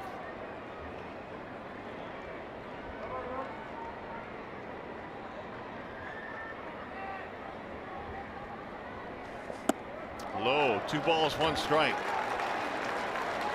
He's a nibbler, isn't he? And that really was the book that we had heard on Gibson. He will nibble. Here's a guy that's got some good stuff. He was pitching a real good game, and all of a sudden, he starts to nibble. McCann's got himself in a real nice fastball-friendly count.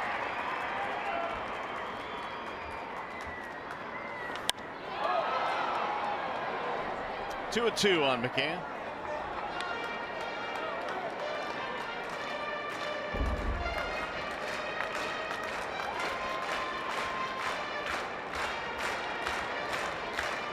Outfield has him a little bit the other way. The infield playing straight up for that ground ball as Gibson is trying to get that ball hit on the ground to get out of the inning. This will be his 25th pitch.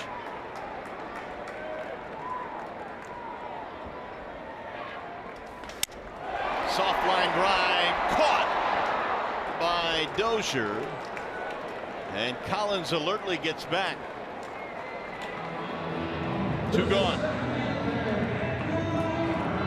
Good base running here by the Tigers. Ball hit on the line in the infield. You know Dozier's going to make a play. You don't take that next step toward that base.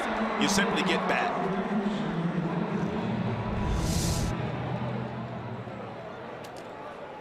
We'll bring up Romine now. Andrew is 0 for 1 with a ground ball. And Gibson would consider this a victory if he gets out with just 1 run.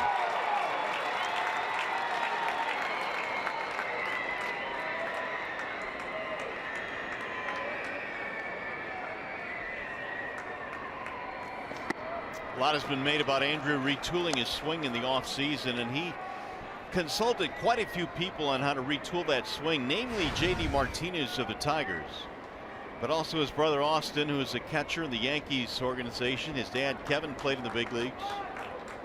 They all had a hand in Romine, who seemingly has gotten a little bit stronger as well. He'll pull that foul, 1-1. He's off to a terrific start, batting .444 on the young campaign. But he also had a really good spring training. Romine has recognized, like a lot of big leaguers these days, that ground balls get caught in the major leagues. So to give yourself the best opportunity to having some success, you have to find some kind of an arc in your swing which would allow you to hit some line drives and some fly balls. 1-2. It's a 93-mile-per-hour fastball he threw right by Andrew. That's the best fastball that Gibson has thrown today.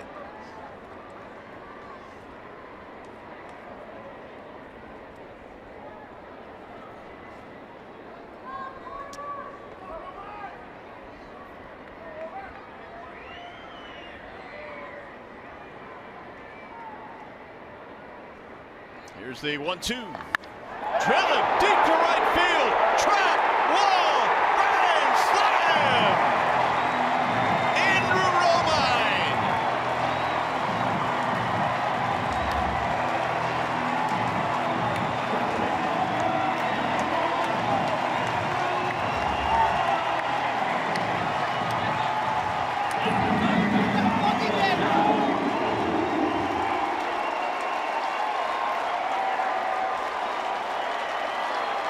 see you, Andrew. Unbelievable. I see you. What a start to the year for Romine. A grand slam from Andrew.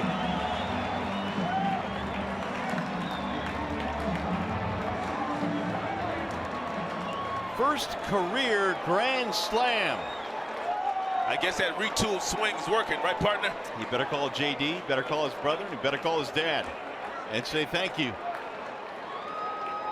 It is working indeed, and the Tigers now lead 5-3. Not going to wipe that smile off Andrew's face.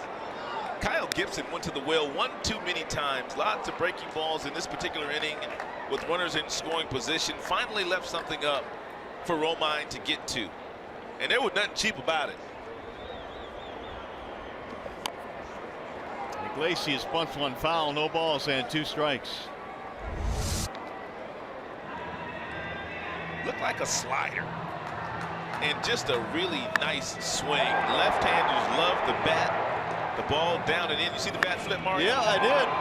He knew it. Yeah, he did.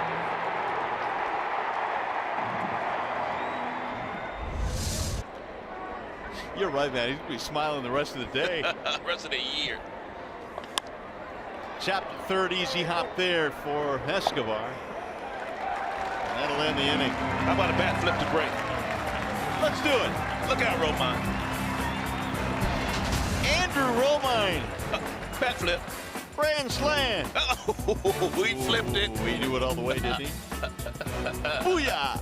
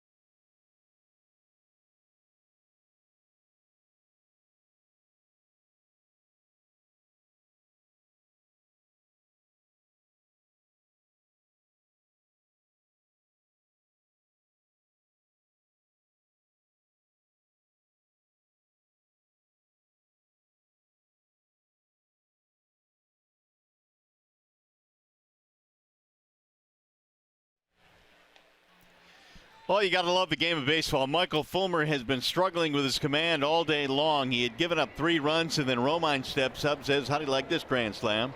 Well, Fulmer did pitch a clean 4th, though, and looked outstanding. He threw 11 pitches to get the 3 outs in the 4th, and now he needs another economical inning. He's already up right now to 87 pitches.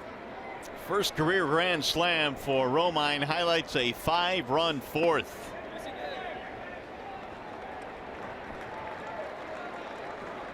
And Fulmer facing Santana, Dozier, Kepler.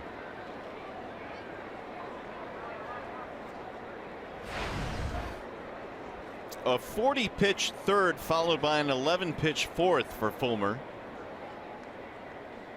Here's the 1-2.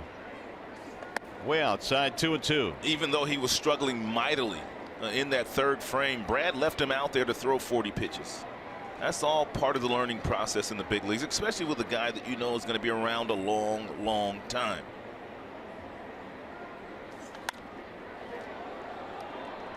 Santana fly to center field on a nice running play by Romine in his first at bat.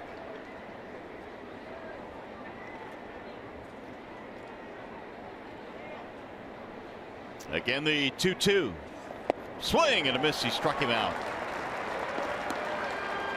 Here's our 1-800-CALL-SAM call of the game, and you don't have to go back very far. Look at the location down and in. That's the happy zone for most left-handers. It's an 83-mile-per-hour fastball. Bat flip by Romine. Gibson also knew it was gone. Whoop. Little mini bat flip. And look at the Tigers bench.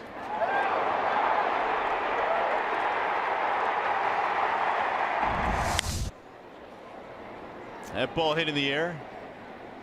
It's going to be Collins under it in right field, and Dozier is out of there, 2 gone.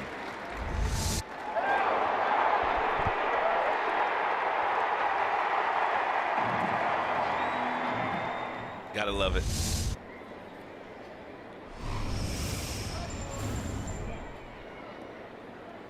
How about that? Tigers now have homered in each of their first 8 games, a franchise record at the start of a season.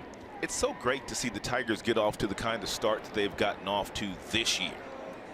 If they can continue to play this kind of baseball and build up some steam in the Central, then they could put to bed all the talk about possibly trading away some of their pieces at the trade deadline, because they're going to be right in the thick of this thing in the American League Central. Well, here's the other thing, and we touched on this a little bit earlier. They're getting contributions now from guys that are not Cabrera and Martinez and Upton and, the guys in the middle of the lineup that haven't gotten off to quick starts. I think it's no coincidence the fact that Romine's gotten off to this kind of start, the fact that he put in a lot of work in the offseason, but he also played more this year in spring training than he's ever played in spring training due to the fact of the World Baseball Classic. He was playing every day. Yeah, that's a good point.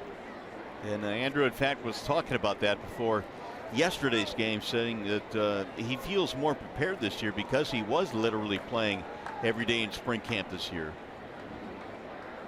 And he's gotten his at-bats. Ball high, and the count on Kepler is 1 ball and 2 strikes. If he can get Kepler right here, then Brad might just send Fulmer back out there for 1 more inning, but I don't know if he'll do that because a lot of his pitches today, Mario, have been stressful. Yeah, they really have. I mean, he's thrown 96, and a lot of them have been awfully stressful. And I worry about the 40 in 1 inning, too. That came back in the 3rd. Yeah, finish him off right here. He does. Strike 3 called. I see you, Michael. Kepler caught looking, 6 strikeouts for Fulmer. You're watching Tigers baseball today, presented by Bell Tire.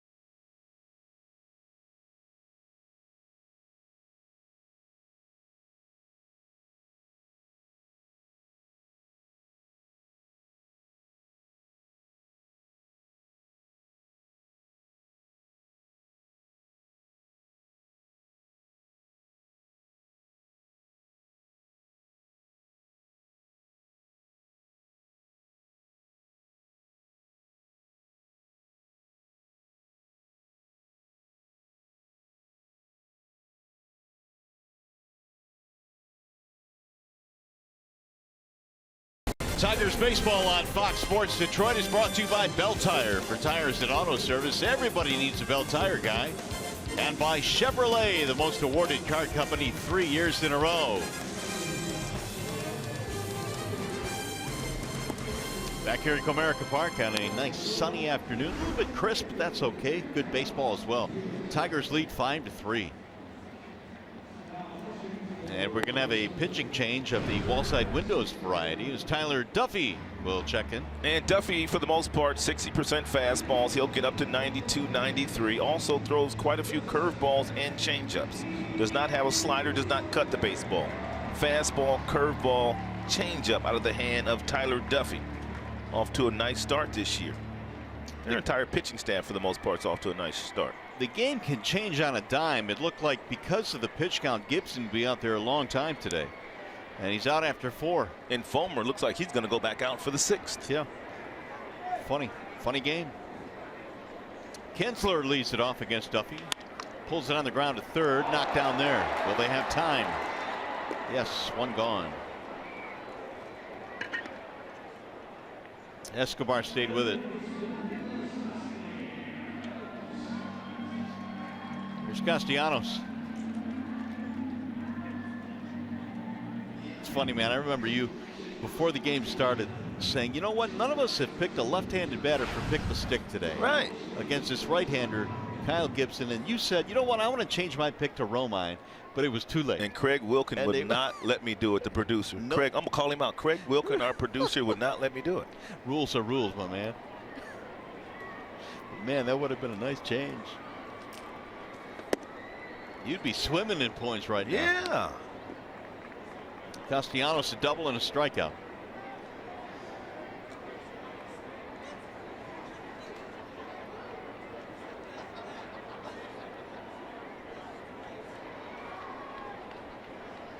I bet you if John Keating wanted to change his pick, they would have let him. Keating doesn't have a donut anymore. It's a -1 now. Yeah, Keith's on a different level, man. They let him do what he wants. Yeah. You want to change? Sure. Sure. 1-1 on Castellanos. It was Nick's double that got him rolling in the 4th. Ooh, that one missed badly and all the way to the backstop. Castellanos was just born to hit. All season, for the most part, he's got himself in some really nice fastball friendly counts. He sits 2-1 right now. And there's no doubt in my mind, if Duffy gets too much play here, the way that Castellanos is swinging the bat, he's going to hit the ball hard somewhere. He's made hard contact all season.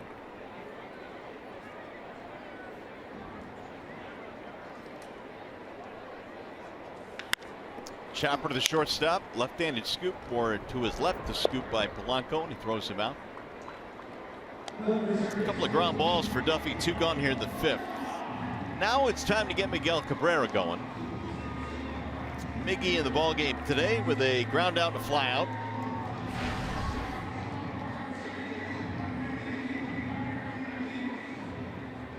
Tigers have one more tomorrow against these Twins, then it's on the road.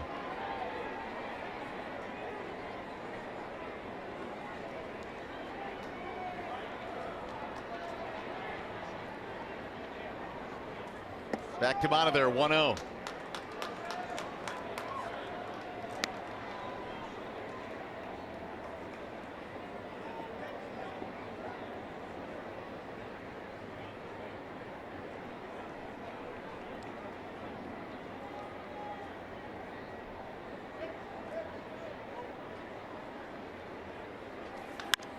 Now the ground to the shortstop, knocked down there by Polanco. And they'll get Cabrera. It's going to be a 1-2-3 inning as we go to the 6th. Rod Allen will break down Michael Fulmer, specifically the breaking ball from last year to this year.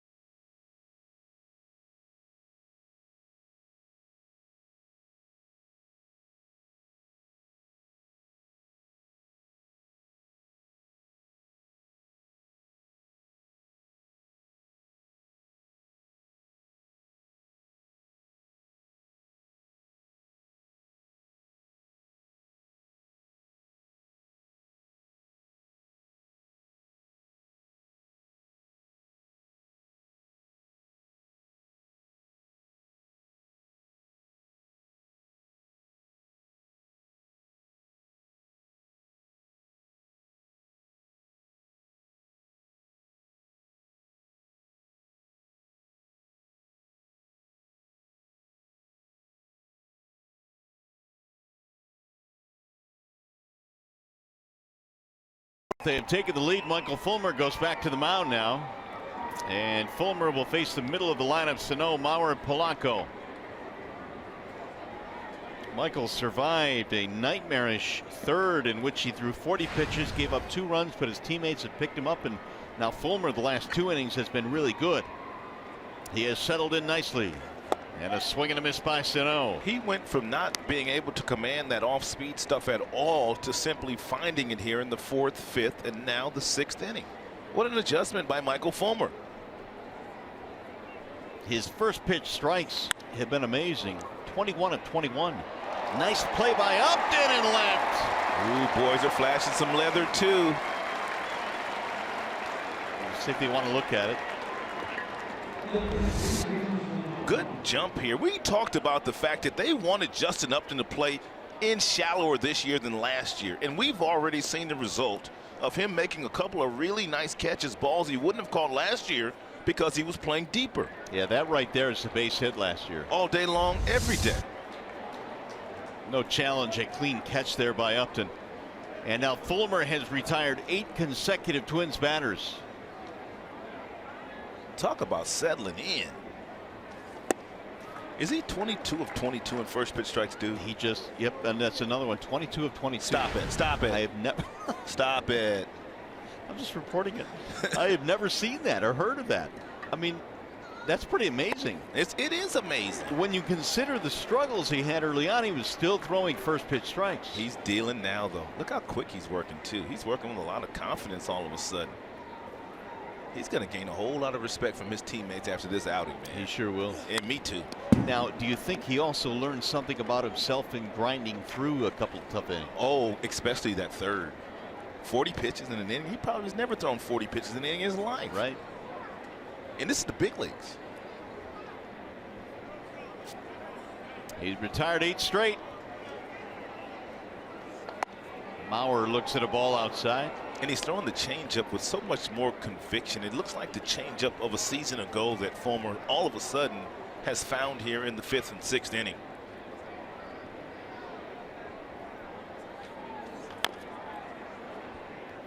Mauer got him for a 2-run single right up the middle. And that highlighted the third in which the Twins went up 3-0. Each side has 4 hits. The Tigers have the biggest hit, though, the grand slam by Romine.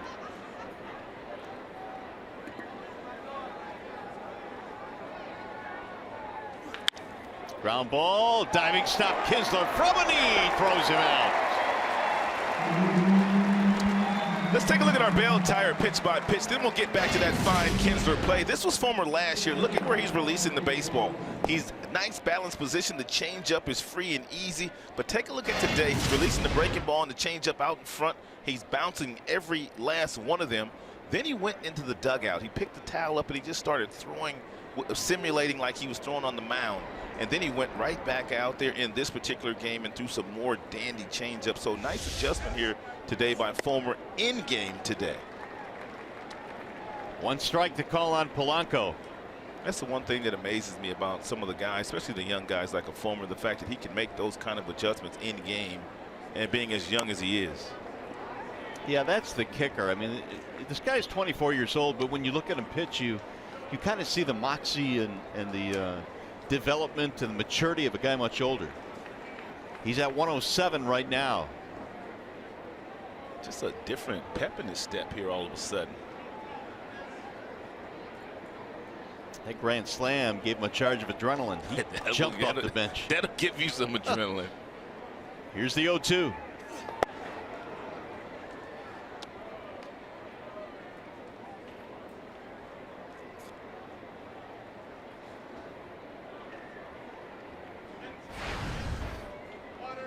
Polanco the batter with 2 outs. We talk about Fulmer setting the bar so high. There was that stretch he had last year of 33 1/3 scoreless in May and then into June. And we just watched this kid pitch day in and day out and thought, wow. He went on to win the Rookie of the Year in the American League. But he's had to battle through it today. Swing and a miss. He dusted him. 95 at the letters. That will be his final pitch of the afternoon. 7 strikeouts for Fulmer. He's retired 10 straight. 5-3 Tigers.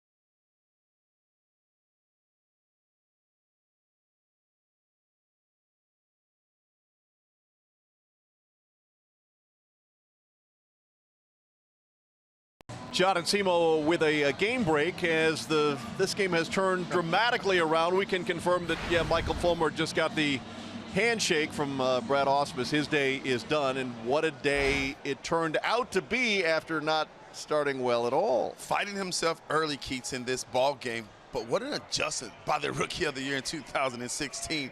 And you have to love that he's able to make those in-game adjustments and start to dominate. Impressive outing, given the fact that he struggled early, and he just all of a sudden found that groove.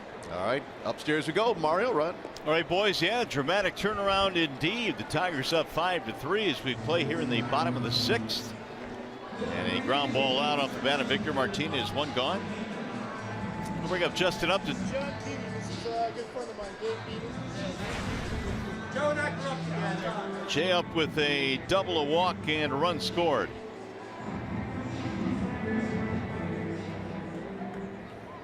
I think Kyle Ryan's been up a couple of times. He's got to be breathing heavy. He'll be coming in next.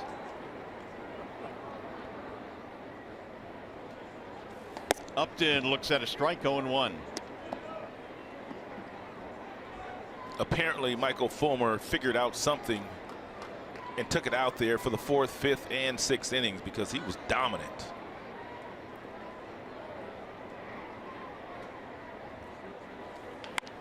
Right back to the mound. That'll be out number 2. Well, Fulmer in that 40-pitch third gave him a 2-run single, hit a batter, walked a man. But he did turn things around. Hey, Saturday, April 29th, the Tigers host the White Sox at 1:10. It's on-field photo day. Ooh, one of my favorite days. Prior to the game, fans will take photos of their favorite Tiger players in the Comerica Park field.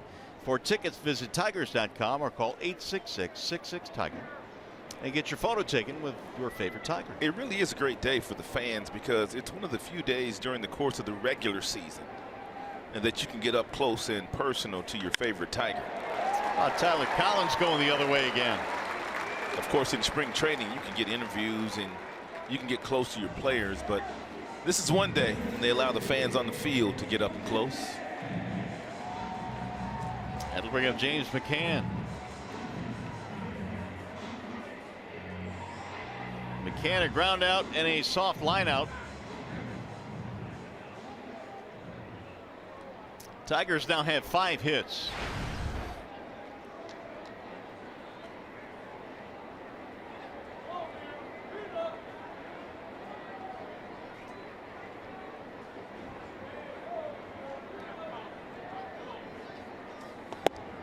Strike one on McCann. Duffy looks like he could be tough on right-handers. When he releases the baseball from that low sidearm arm slot that he features from, looks like he's throwing the ball behind you. So you really have to concentrate as a right-handed batter to make sure you stay in there against Duffy.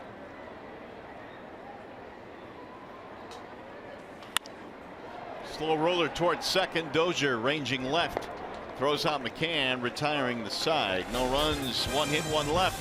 To the seventh we go.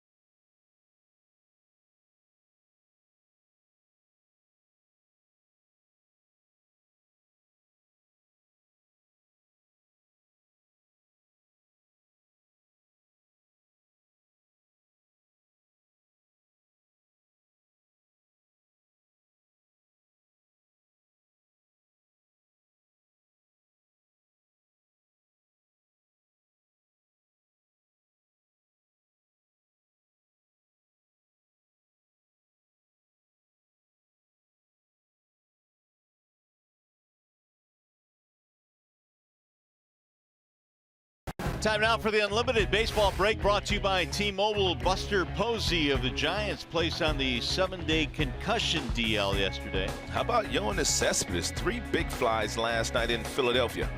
And George Springer, 4 leadoff homers in his first 9 games.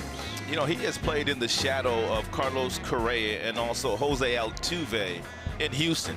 But this year, George Springer taking a backseat to nobody. Got ourselves a wall side windows pitching change. Here comes Kyle Ryan. And Kyle Ryan, 63% of the pitches he throws will be a fastball. He also will cut the fastball and an occasional changeup. Real good movement down in the strike zone when he's right. It'll be Jason Castro to get things started for the Twins, and the Tigers have a 5-3 lead as we go to the 7th. Big tip of the cap to Michael Fulmer, who retired the final 10 batters in a row that he faced. And he finished up with 7 strikeouts. 4 of them were looking. Now it's Ryan. Castro strikeout, flyout. Escobar, Rosario to follow. 6, 7, 8 in the Twins lineup.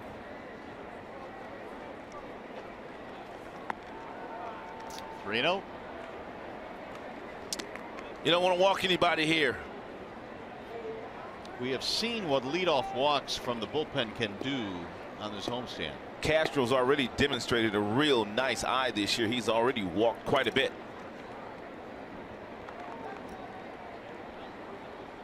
So it's no coincidence that he gets another base on balls. Well, that'll bring the tying run to the plate. Leadoff man on here in the 7th.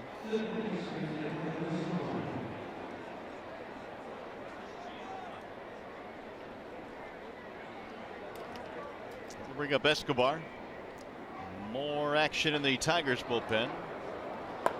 Alex Wilson.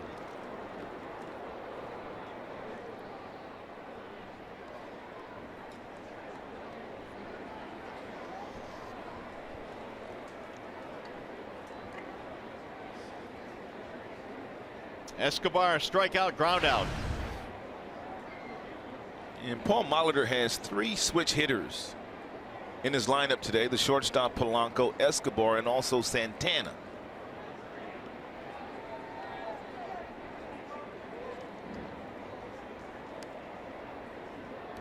Ryan had himself a pretty good spring. ERA of 2.84 in 12 2/3 innings. He had 14 strikeouts down in Lakeland.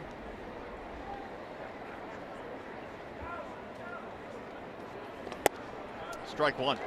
Remember early on in spring camp, the Tigers just were not playing good baseball, and I think a lot of folks were thinking, man, what's going on here? A lot of folks were getting concerned, and Justin Verlander said, everybody just relax.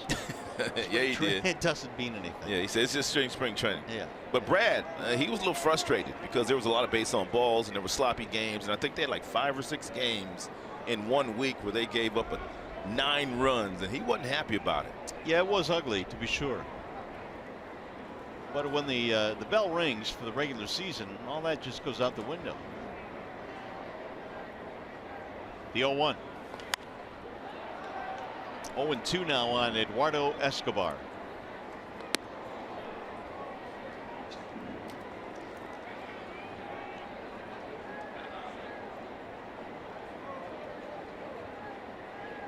Ryan came on in the 7th inning of yesterday's ball game, got a double play ball. Wilson a scoreless 8th. K-Rod gave up a run in the 9th, but the Tigers held on to win 2-1.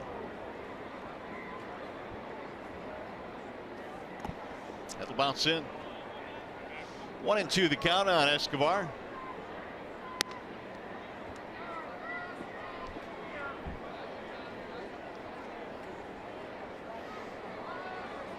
Escobar had his best season 2 years ago when he had 12 homers, knocked in 58. Had himself a really good campaign, but the Twins' young players took a bit of a step back last year.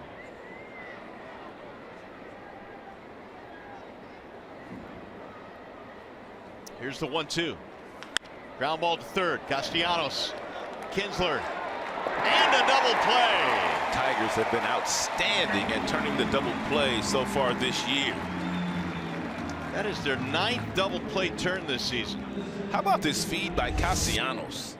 He gets the ball, takes very little time, giving Ian Kinsler a feed right where he likes it, which allows Ian Kinsler to reach in and grab that baseball and waste little time getting the ball on its way to Miguel Cabrera. Pitcher's best friend. So Ryan comes out of the bullpen, gets a double play yesterday, and now he throws another one here today. Big wave by Rosario, 0-1.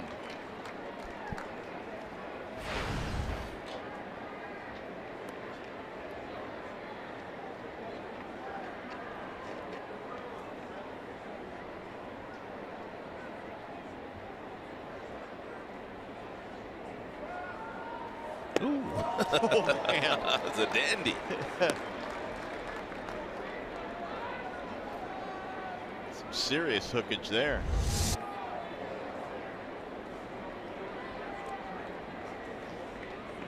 A little bow lockage there. 0-2 on Rosario. And he slaps one back up the middle. Kinsler, quick throw, got him.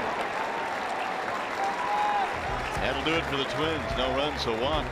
And nobody left. He's running like a big boy, ain't he? Yeah, he is. He is now going to be known as Babe Romine. Got his big boy pants on. Bat flip, ready, bat flip. Coming up, the Consumers Energy 7th inning stretch.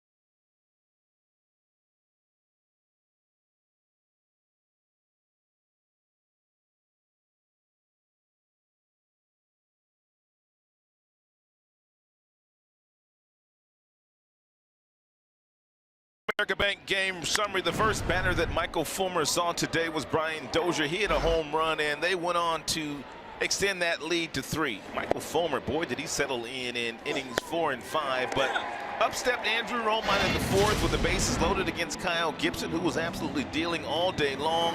Breaking ball down in the happy zone, bat flip, but a grand slam for Andrew Romine, and that's exactly where we sit right now. Tigers 5, Minnesota 3. And so it'll be Romine here in the bottom of the 7th inning. Romine, Iglesias, and Kinsler. Not sure what you do for an encore after hitting a grand slam, but we'll see. Romine shoots it foul, back out of play. So Romine now is 5 for 10 to start the year.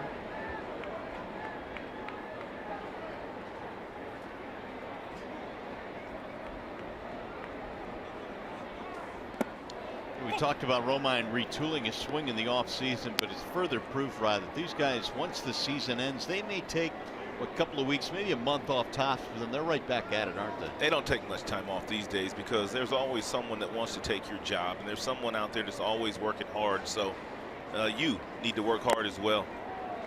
A couple of big swings taken by Romine.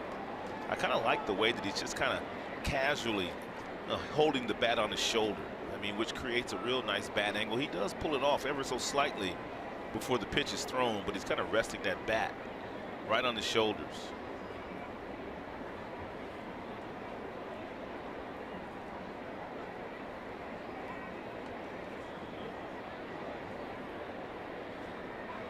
Now the 1-2. Pulled into right field, base hit. Romine takes an aggressive turn and puts on the brakes. Leadoff single, and with more on that retooling of Romine's swing, we check in with Johnny Kane. That's my Tiger right there, Mario. You know that. Right. You know that. I heard Rod saying he wanted him to pick the stick. It was also a selection of mine. Anyway, no, I did have a chance to talk to him again this morning, and the thing about it is that, Mario, you hit on it. He watched a lot of video and talking to J.D. Martinez, his brother and his dad. But he also said, really, for a lot of guys, their finishing point is always going to be the same, but it's how do you get to that point with respect to your stance and your load. Everybody's got their own unique swing, but at the end of the day, you still want to make contact at about the same position. So the thing for him is trying to find, some comfortability by repeating that same swing. And then we start talking a little bit about the game of golf, and everybody who's watching at home has ever played. You understand how frustrating that is. Well, think about all the adjustments that you have to do to get your golf swing right with a stationary object.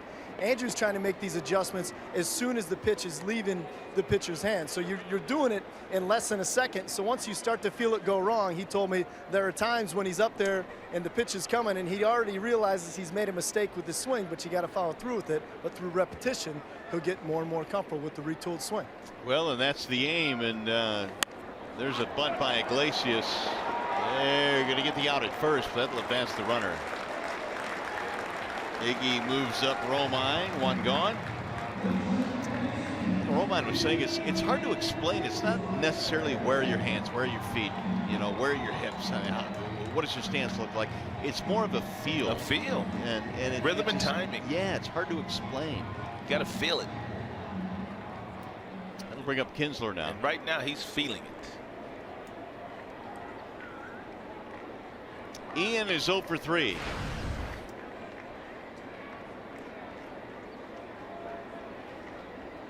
Tigers 5 runs, 6 hits, and the Twins 3 runs, 4 hits. Just off the plate.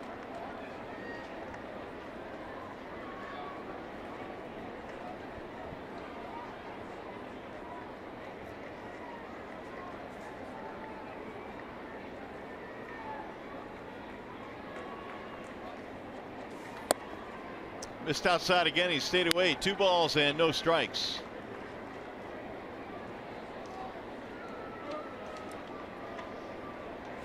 Gibson started, gave way to Duffy.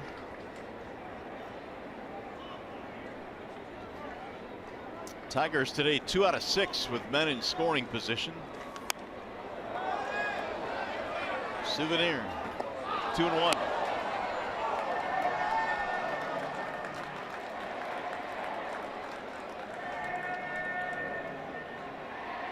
Ian has put the ball on the ground twice in this game. He's also flied out to right.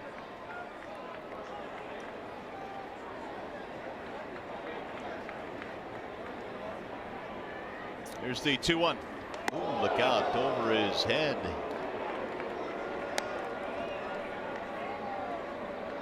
Three and one on Kinsler.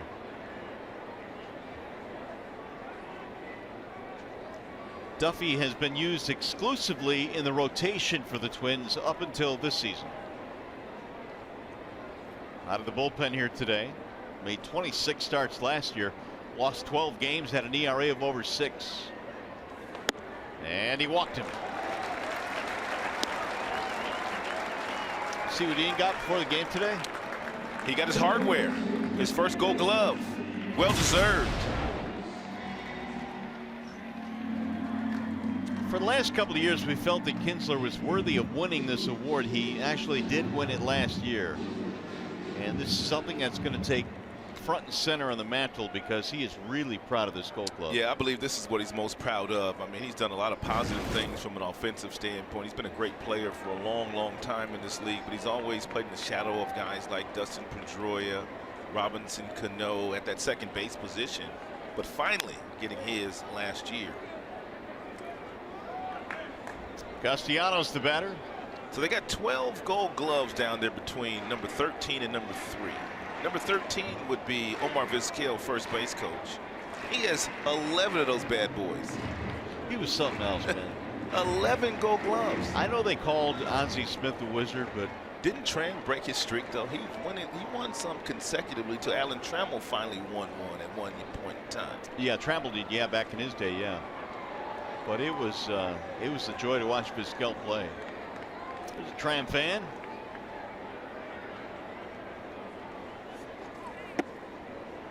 One ball, one strike. Now, what does that young boy know about Alan Trammell? It's typically guys that are a little bit older that'd be wearing the K-lines and the Trammells, the Gibsons. And mom and daddy must have been an Alan Trammell fan. He was a good guy to root for.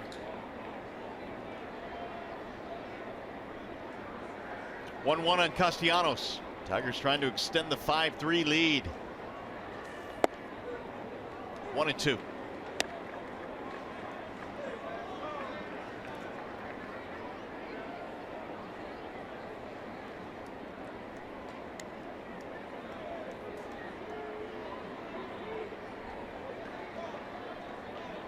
More action in the bullpen for the Twins. Breslow starting to warm up. To center field. And it'll be caught on the run there by Rosario. 2 outs. There's Breslow, the left-hander. Here's Miguel Cabrera. Miggy 0 for 3, couple of grounders and a flyout.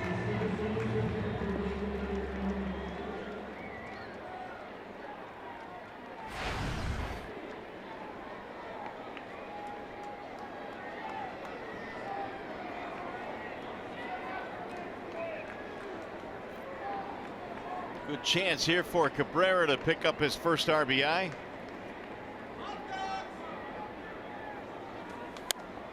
Fouled away 0-1.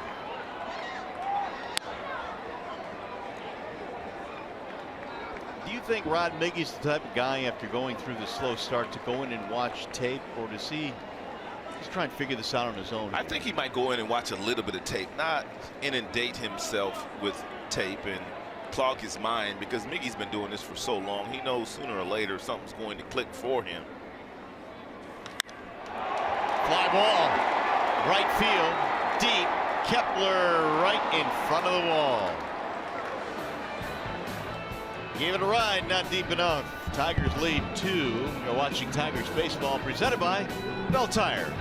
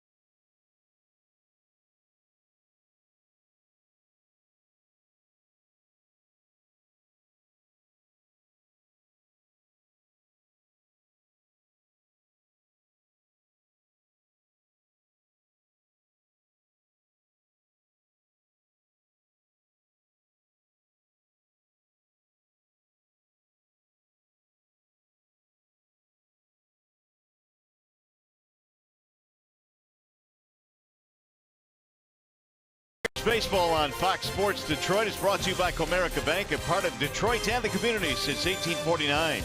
Your Metro Detroit Chevy dealers. Visit ChevyDetroit.com. See why Chevy drives the Motor City. And by Wallside Windows, we can do that. We are the factory. Nice day for baseball here in the Motor City. Plenty of sunshine today. The Tigers lead it 5-3. And another Wallside Windows pitching change for Alex Wilson. And for the most part, Alex Wilson features 3 pitches. He's got a 4-seam fastball. He'll also cut the fastball, a little bit of sink at times, and a slider.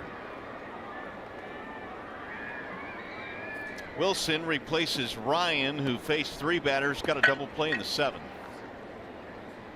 It'll be Danny Santana to lead things off. Ball 1 to Santana. Yeah, you always have to be aware of Santana loves the bunt. That's why third baseman Nick Castellanos is even with the bag at third.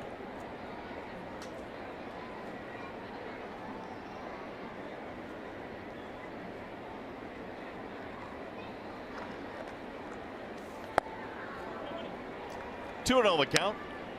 Ryan started the 7th by walking Castro, the first batter, but then he got a big double play. And now Wilson has gone 2-0 on Santana.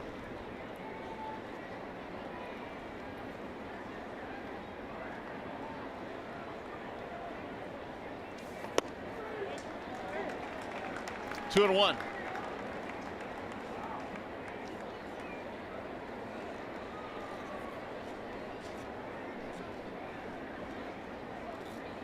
Strikeout, flyout for Santana. Romine made a nice running play on him in his first at bat in center. Here's another ball hit to center field. Andrew backpedaling on this one. That thing carried out to the warning track almost. 1 out. Well, rather a lot of takeaways in this game. Everybody wants to talk about the grand slam by Romine. It's certainly a big hit, but for me, Michael Fulmer, man, the way he rebounded in this game was just, it was nice to see. I mean, 23 of 23 in first pitch strikes, but then it looked like after he was able to get ahead, he just could not find a consistent arm slot with the slider or the changeup. Then all of a sudden he goes back out there in the 4th inning and he looks like a different guy. Yeah, he really did. And of course, we've often talked about the fact as well this year that, you know, Miggy's 0 for 4 again today, and he has struggled. Tigers really haven't gotten a lot of production out of the middle of the lineup, but it hasn't really mattered, has it? Well, they got a few guys getting it done. Kinsler's getting it done at the top. Of course, they've got Castellanos getting it done as well. Then the bottom of the batting order, guys like McCann are doing a very nice job just until Victor and Jay Up and Miggy get it going. And they will. They'll be back. We know that. No doubt. There's a strike called on Dozier. 1 out, nobody on here in the 8th. Dozier started the game by homering against Fulmer. His first of the year. He is 1 for 3.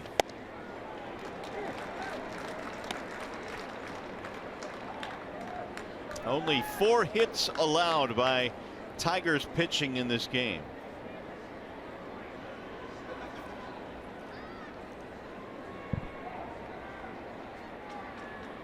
Here's the 1-2. Popped up. Miggy in foul ground. 2 gone. Fans, MLB.com at bat is your #1 mobile app for live Tigers baseball. Stay connected with a fully customizable experience. You'll get Tigers home screen icons, and the app features game day, live game, video highlights, radio broadcast, statcast, news, and more. Download MLB.com at bat today. Double barrel action now in the bullpen. Breslow, the lefty, has been joined by Belisle, the righty. Here's Max Kepler.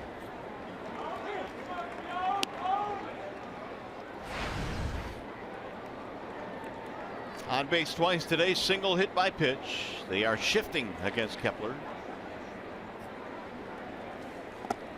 Try to hold up. He went around. Good pitch there by Alex Wilson. Bottom of the strike zone. Outstanding arm speed. And that's what sells the off-speed pitches. You have to have the same kind of arm speed as your fastball to make sure that you can get the hitters off balance.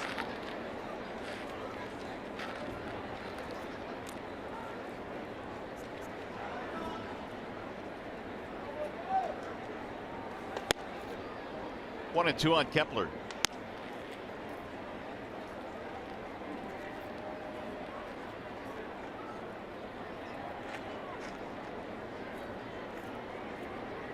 Miguel Sano is way out of the batter's circle. Trying to get a good look at the action on Wilson's pitches. 1-2-3 inning for Alex. First strikeout. We'll go to the bottom of the 8th. It'll be Victor Martinez, Justin Upton to lead things off for the Tigers.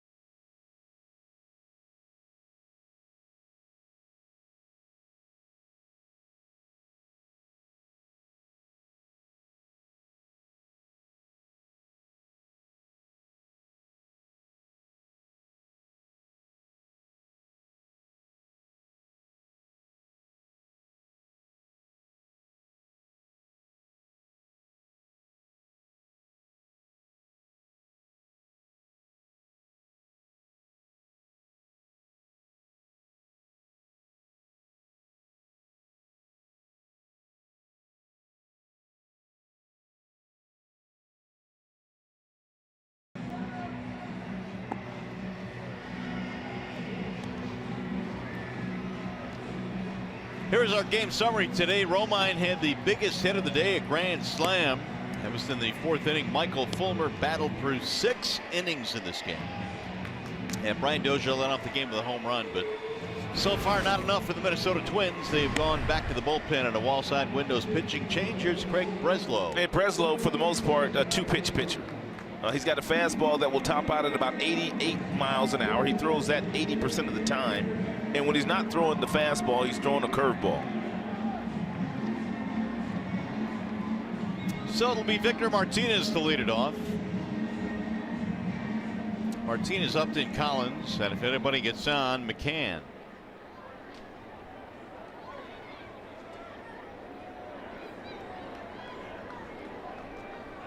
Vicker was hit by a pitch as part of that big 4th inning in which the Tigers scored all 5 of their runs. First one is high, 1 ball and no strikes.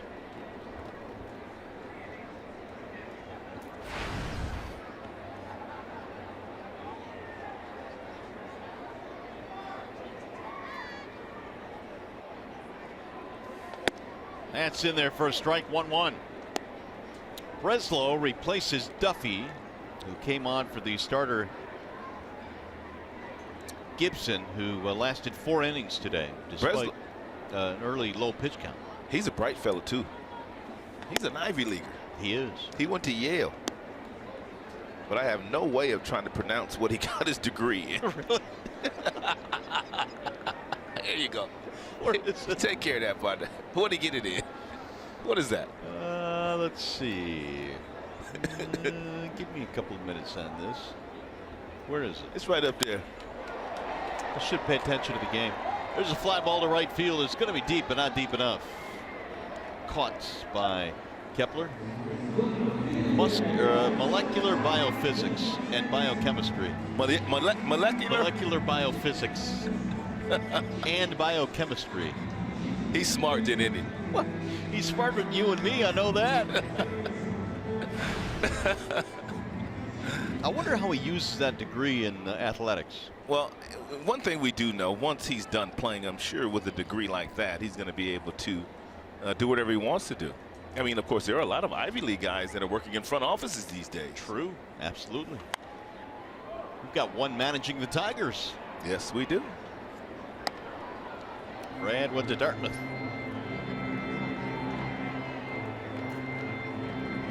Here is Upton.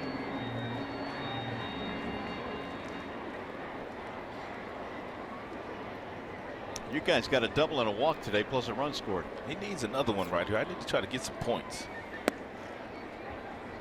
1 ball, 1 strike.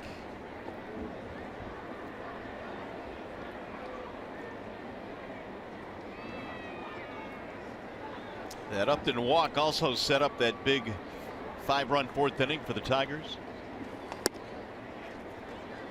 2 balls and 1 strike.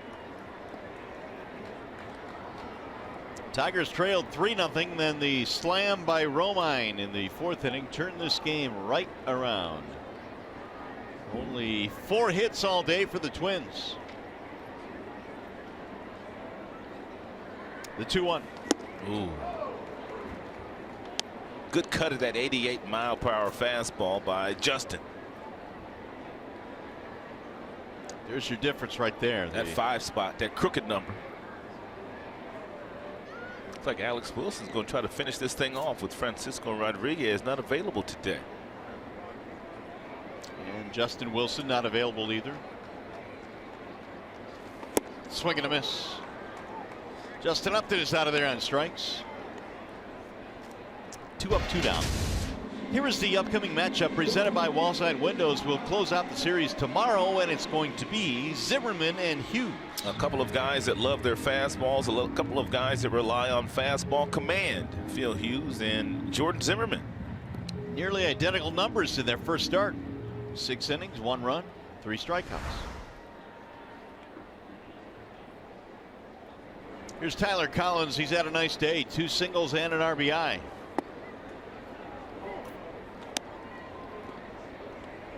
So the Tigers have gotten contributions from Collins and Romine and Jacoby Jones. Mikey Matuk has had a big pinch hit double and a nice defensive play on this homestand. Strike called. 0-2.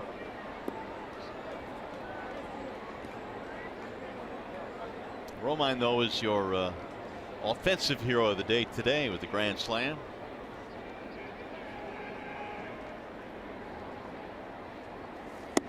Got him, strike 3, and that is that. Breslow a quick 1-2-3 8th. Let's go to the 9th inning here at Comerica.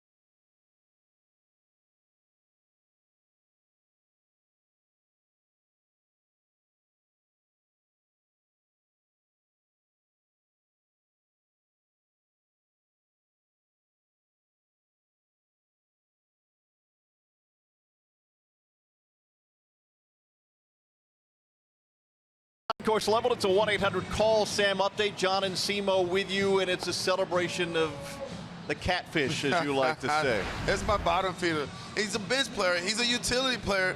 but he gets it done. He has a quality of bat every time he goes into the batter's box. And guys, we are talking about Andrew Romine is off to an outstanding start, taking advantage of every opportunity that he gets, making the most of it. And I love the approach that Andrew Romine has at the plate right now. Mario and Rod cling to this. 3 starts for Andrew Romine, 3 multi-hit games. Ooh. Is that good? I'm feeling a pick the stick tomorrow, perhaps. With Romine, we'll see. All right, boys, we've got 3 outs to get. It'll be the middle of the lineup. Sano leads it off, and then Mauer and Polanco. And now Wilson out there for his 2nd inning of work. 5 runs, 6 hits, Tigers. 3 runs, 4 hits, Twins. Wilson got him 1, 2, 3 in the 8th. A Tigers win here today, and they go to 6-2 on the new season.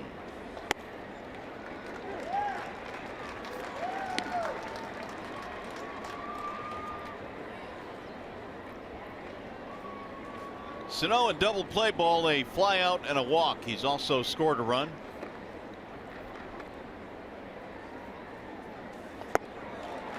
Big looping swing there by Sano.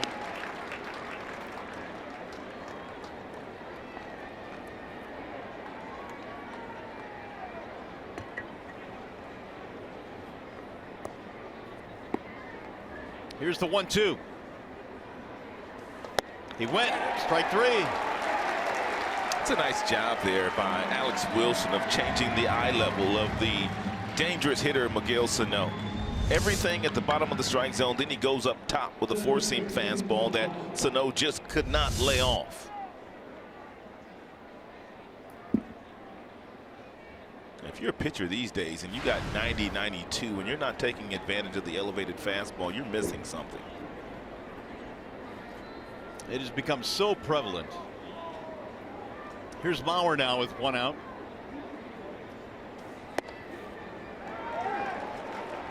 Joe didn't like that call, is beefing a little bit now with Chris Conroy. Not only is he beefing, but several of his teammates have not necessarily liked the strike zone this afternoon of Mr. Conroy.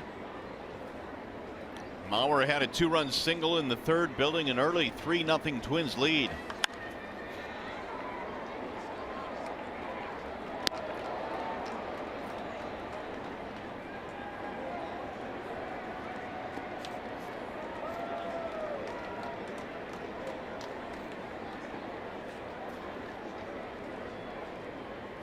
Mauer now with 4 RBIs on the season.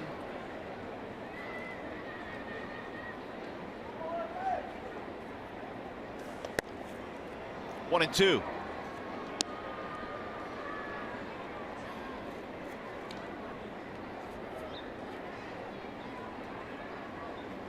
Wilson got a fly ball, a pop up, and a strikeout in the 8th. Yes, a strikeout here in the 9th. Trying to get a full 2 innings in here and save this game for the Tigers. Slap toward left field, up, then on the move, and there are 2 gone. Had him played perfectly.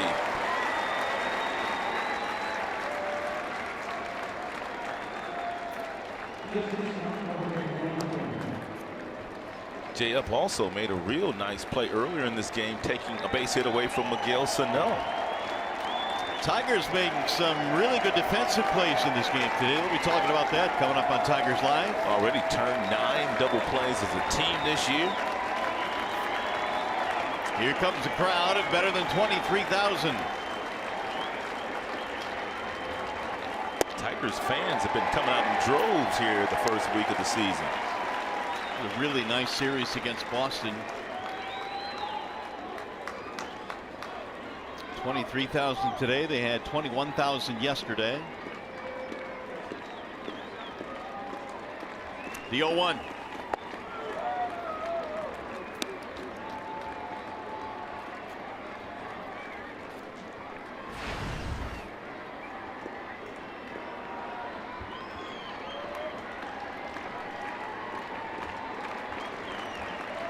Two out, nobody on. 1 more out to get. And Polanco looks at a ball low. 2-1 the count.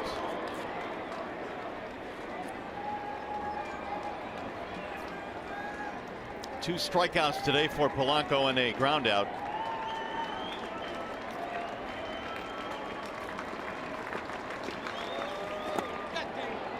Three and one. You got Castro waiting on deck. Don't want to bring the tying run up. Coming into this contest this afternoon, the Tigers had won 16 of the last 20 meetings against Minnesota. Dominance.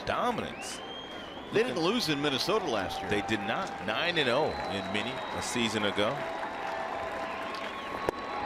Strike call. Polanco wanted to walk, didn't get it. Now it's 3-2. Alex Wilson looking for his 3rd career big league save. He's 1 strike away. Paul's getting into it.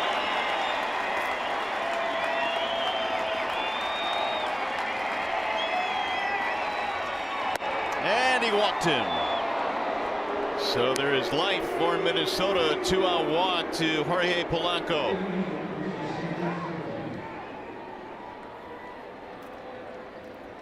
He'll keep it going now for Castro. Castro came up in the 9th inning and got himself a big hit in last night's game, and that's that play that Mikey Montauk made a real nice ball play on, cutting that ball off, kept him to a single. Strikeout, fly out, walk for Castro.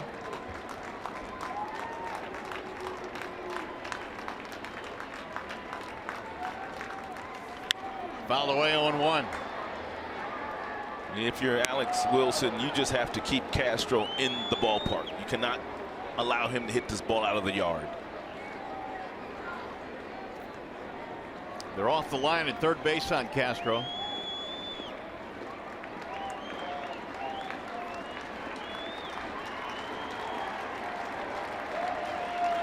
Now Wilson with the 0-1.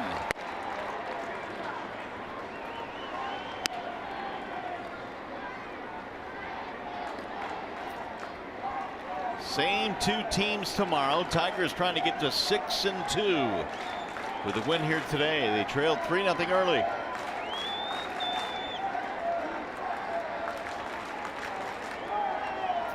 Runner going and a ball high, no throw down to second.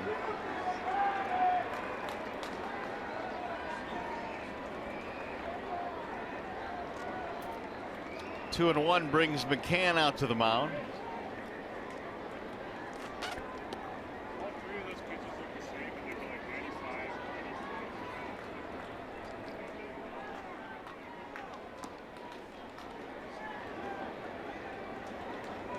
Escobar waiting on deck, and right now Wilson working with the bottom of the lineup here for the Twins. Yeah, last couple of fastballs thrown by Alex have missed upstairs.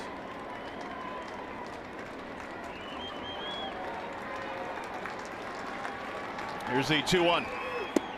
Strike call, 2-2.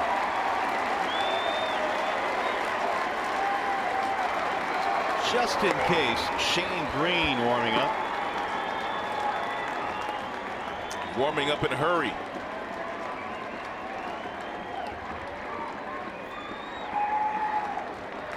Let's see if Wilson can end it right here. High, ball 3. Just a touch high. He's thrown 4 fastballs upstairs that have missed just by an eyelash. Castro doing a nice job of laying off the fastball up in the strike zone.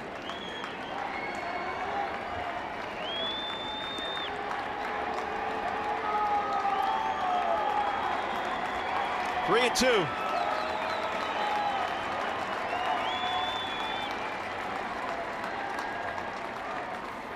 And he walked in, ball 4.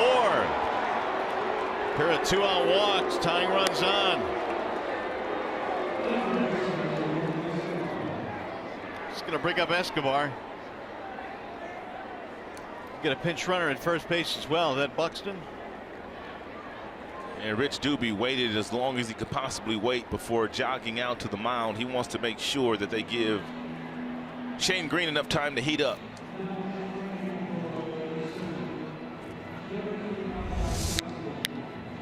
after pitching a clean inning in the 8th. Ooh. Alex Wilson struggling a little bit with command here in the 9th. Well, that last one was off the close. It was close.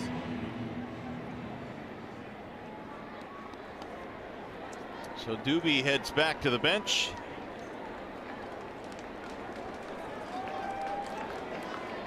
And now Wilson will go to work against Eduardo Escobar.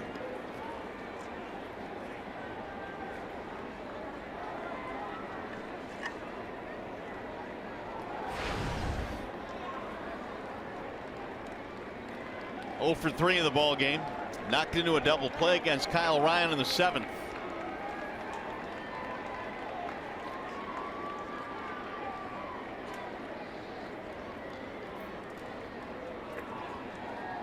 Polanco at second. Buxton the pinch runner at first.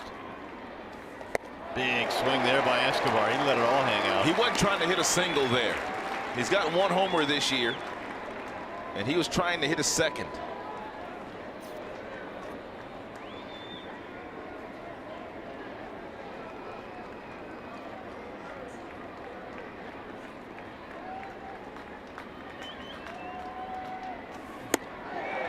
Did he go? Negative. Ed Hickox down at third base said he held up. Looked like the right call. So Wilson now is at 34 pitches. Had a 1-2-3 8th. Got 2 outs here in the 9th. Then back-to-back walks.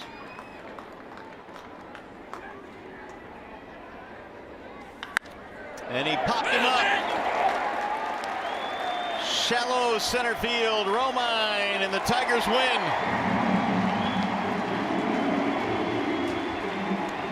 Now we'll send you down to the Coliseum studio. John Keating standing by for Tigers Live. Mario, thanks. Sort of appropriate that the last ball went to the center fielder. Will center on Andrew Romine, who was the offensive star in today's game. He picked up the starter Michael Fulmer, who was also picked up by the Tiger defense, to the absolute delight of Brad Ausmus. A ton of post-game reaction after this one as the Tigers keep it rolling. They've now won 5 of 6. And Tigers Live after a break on Fox Sports Detroit.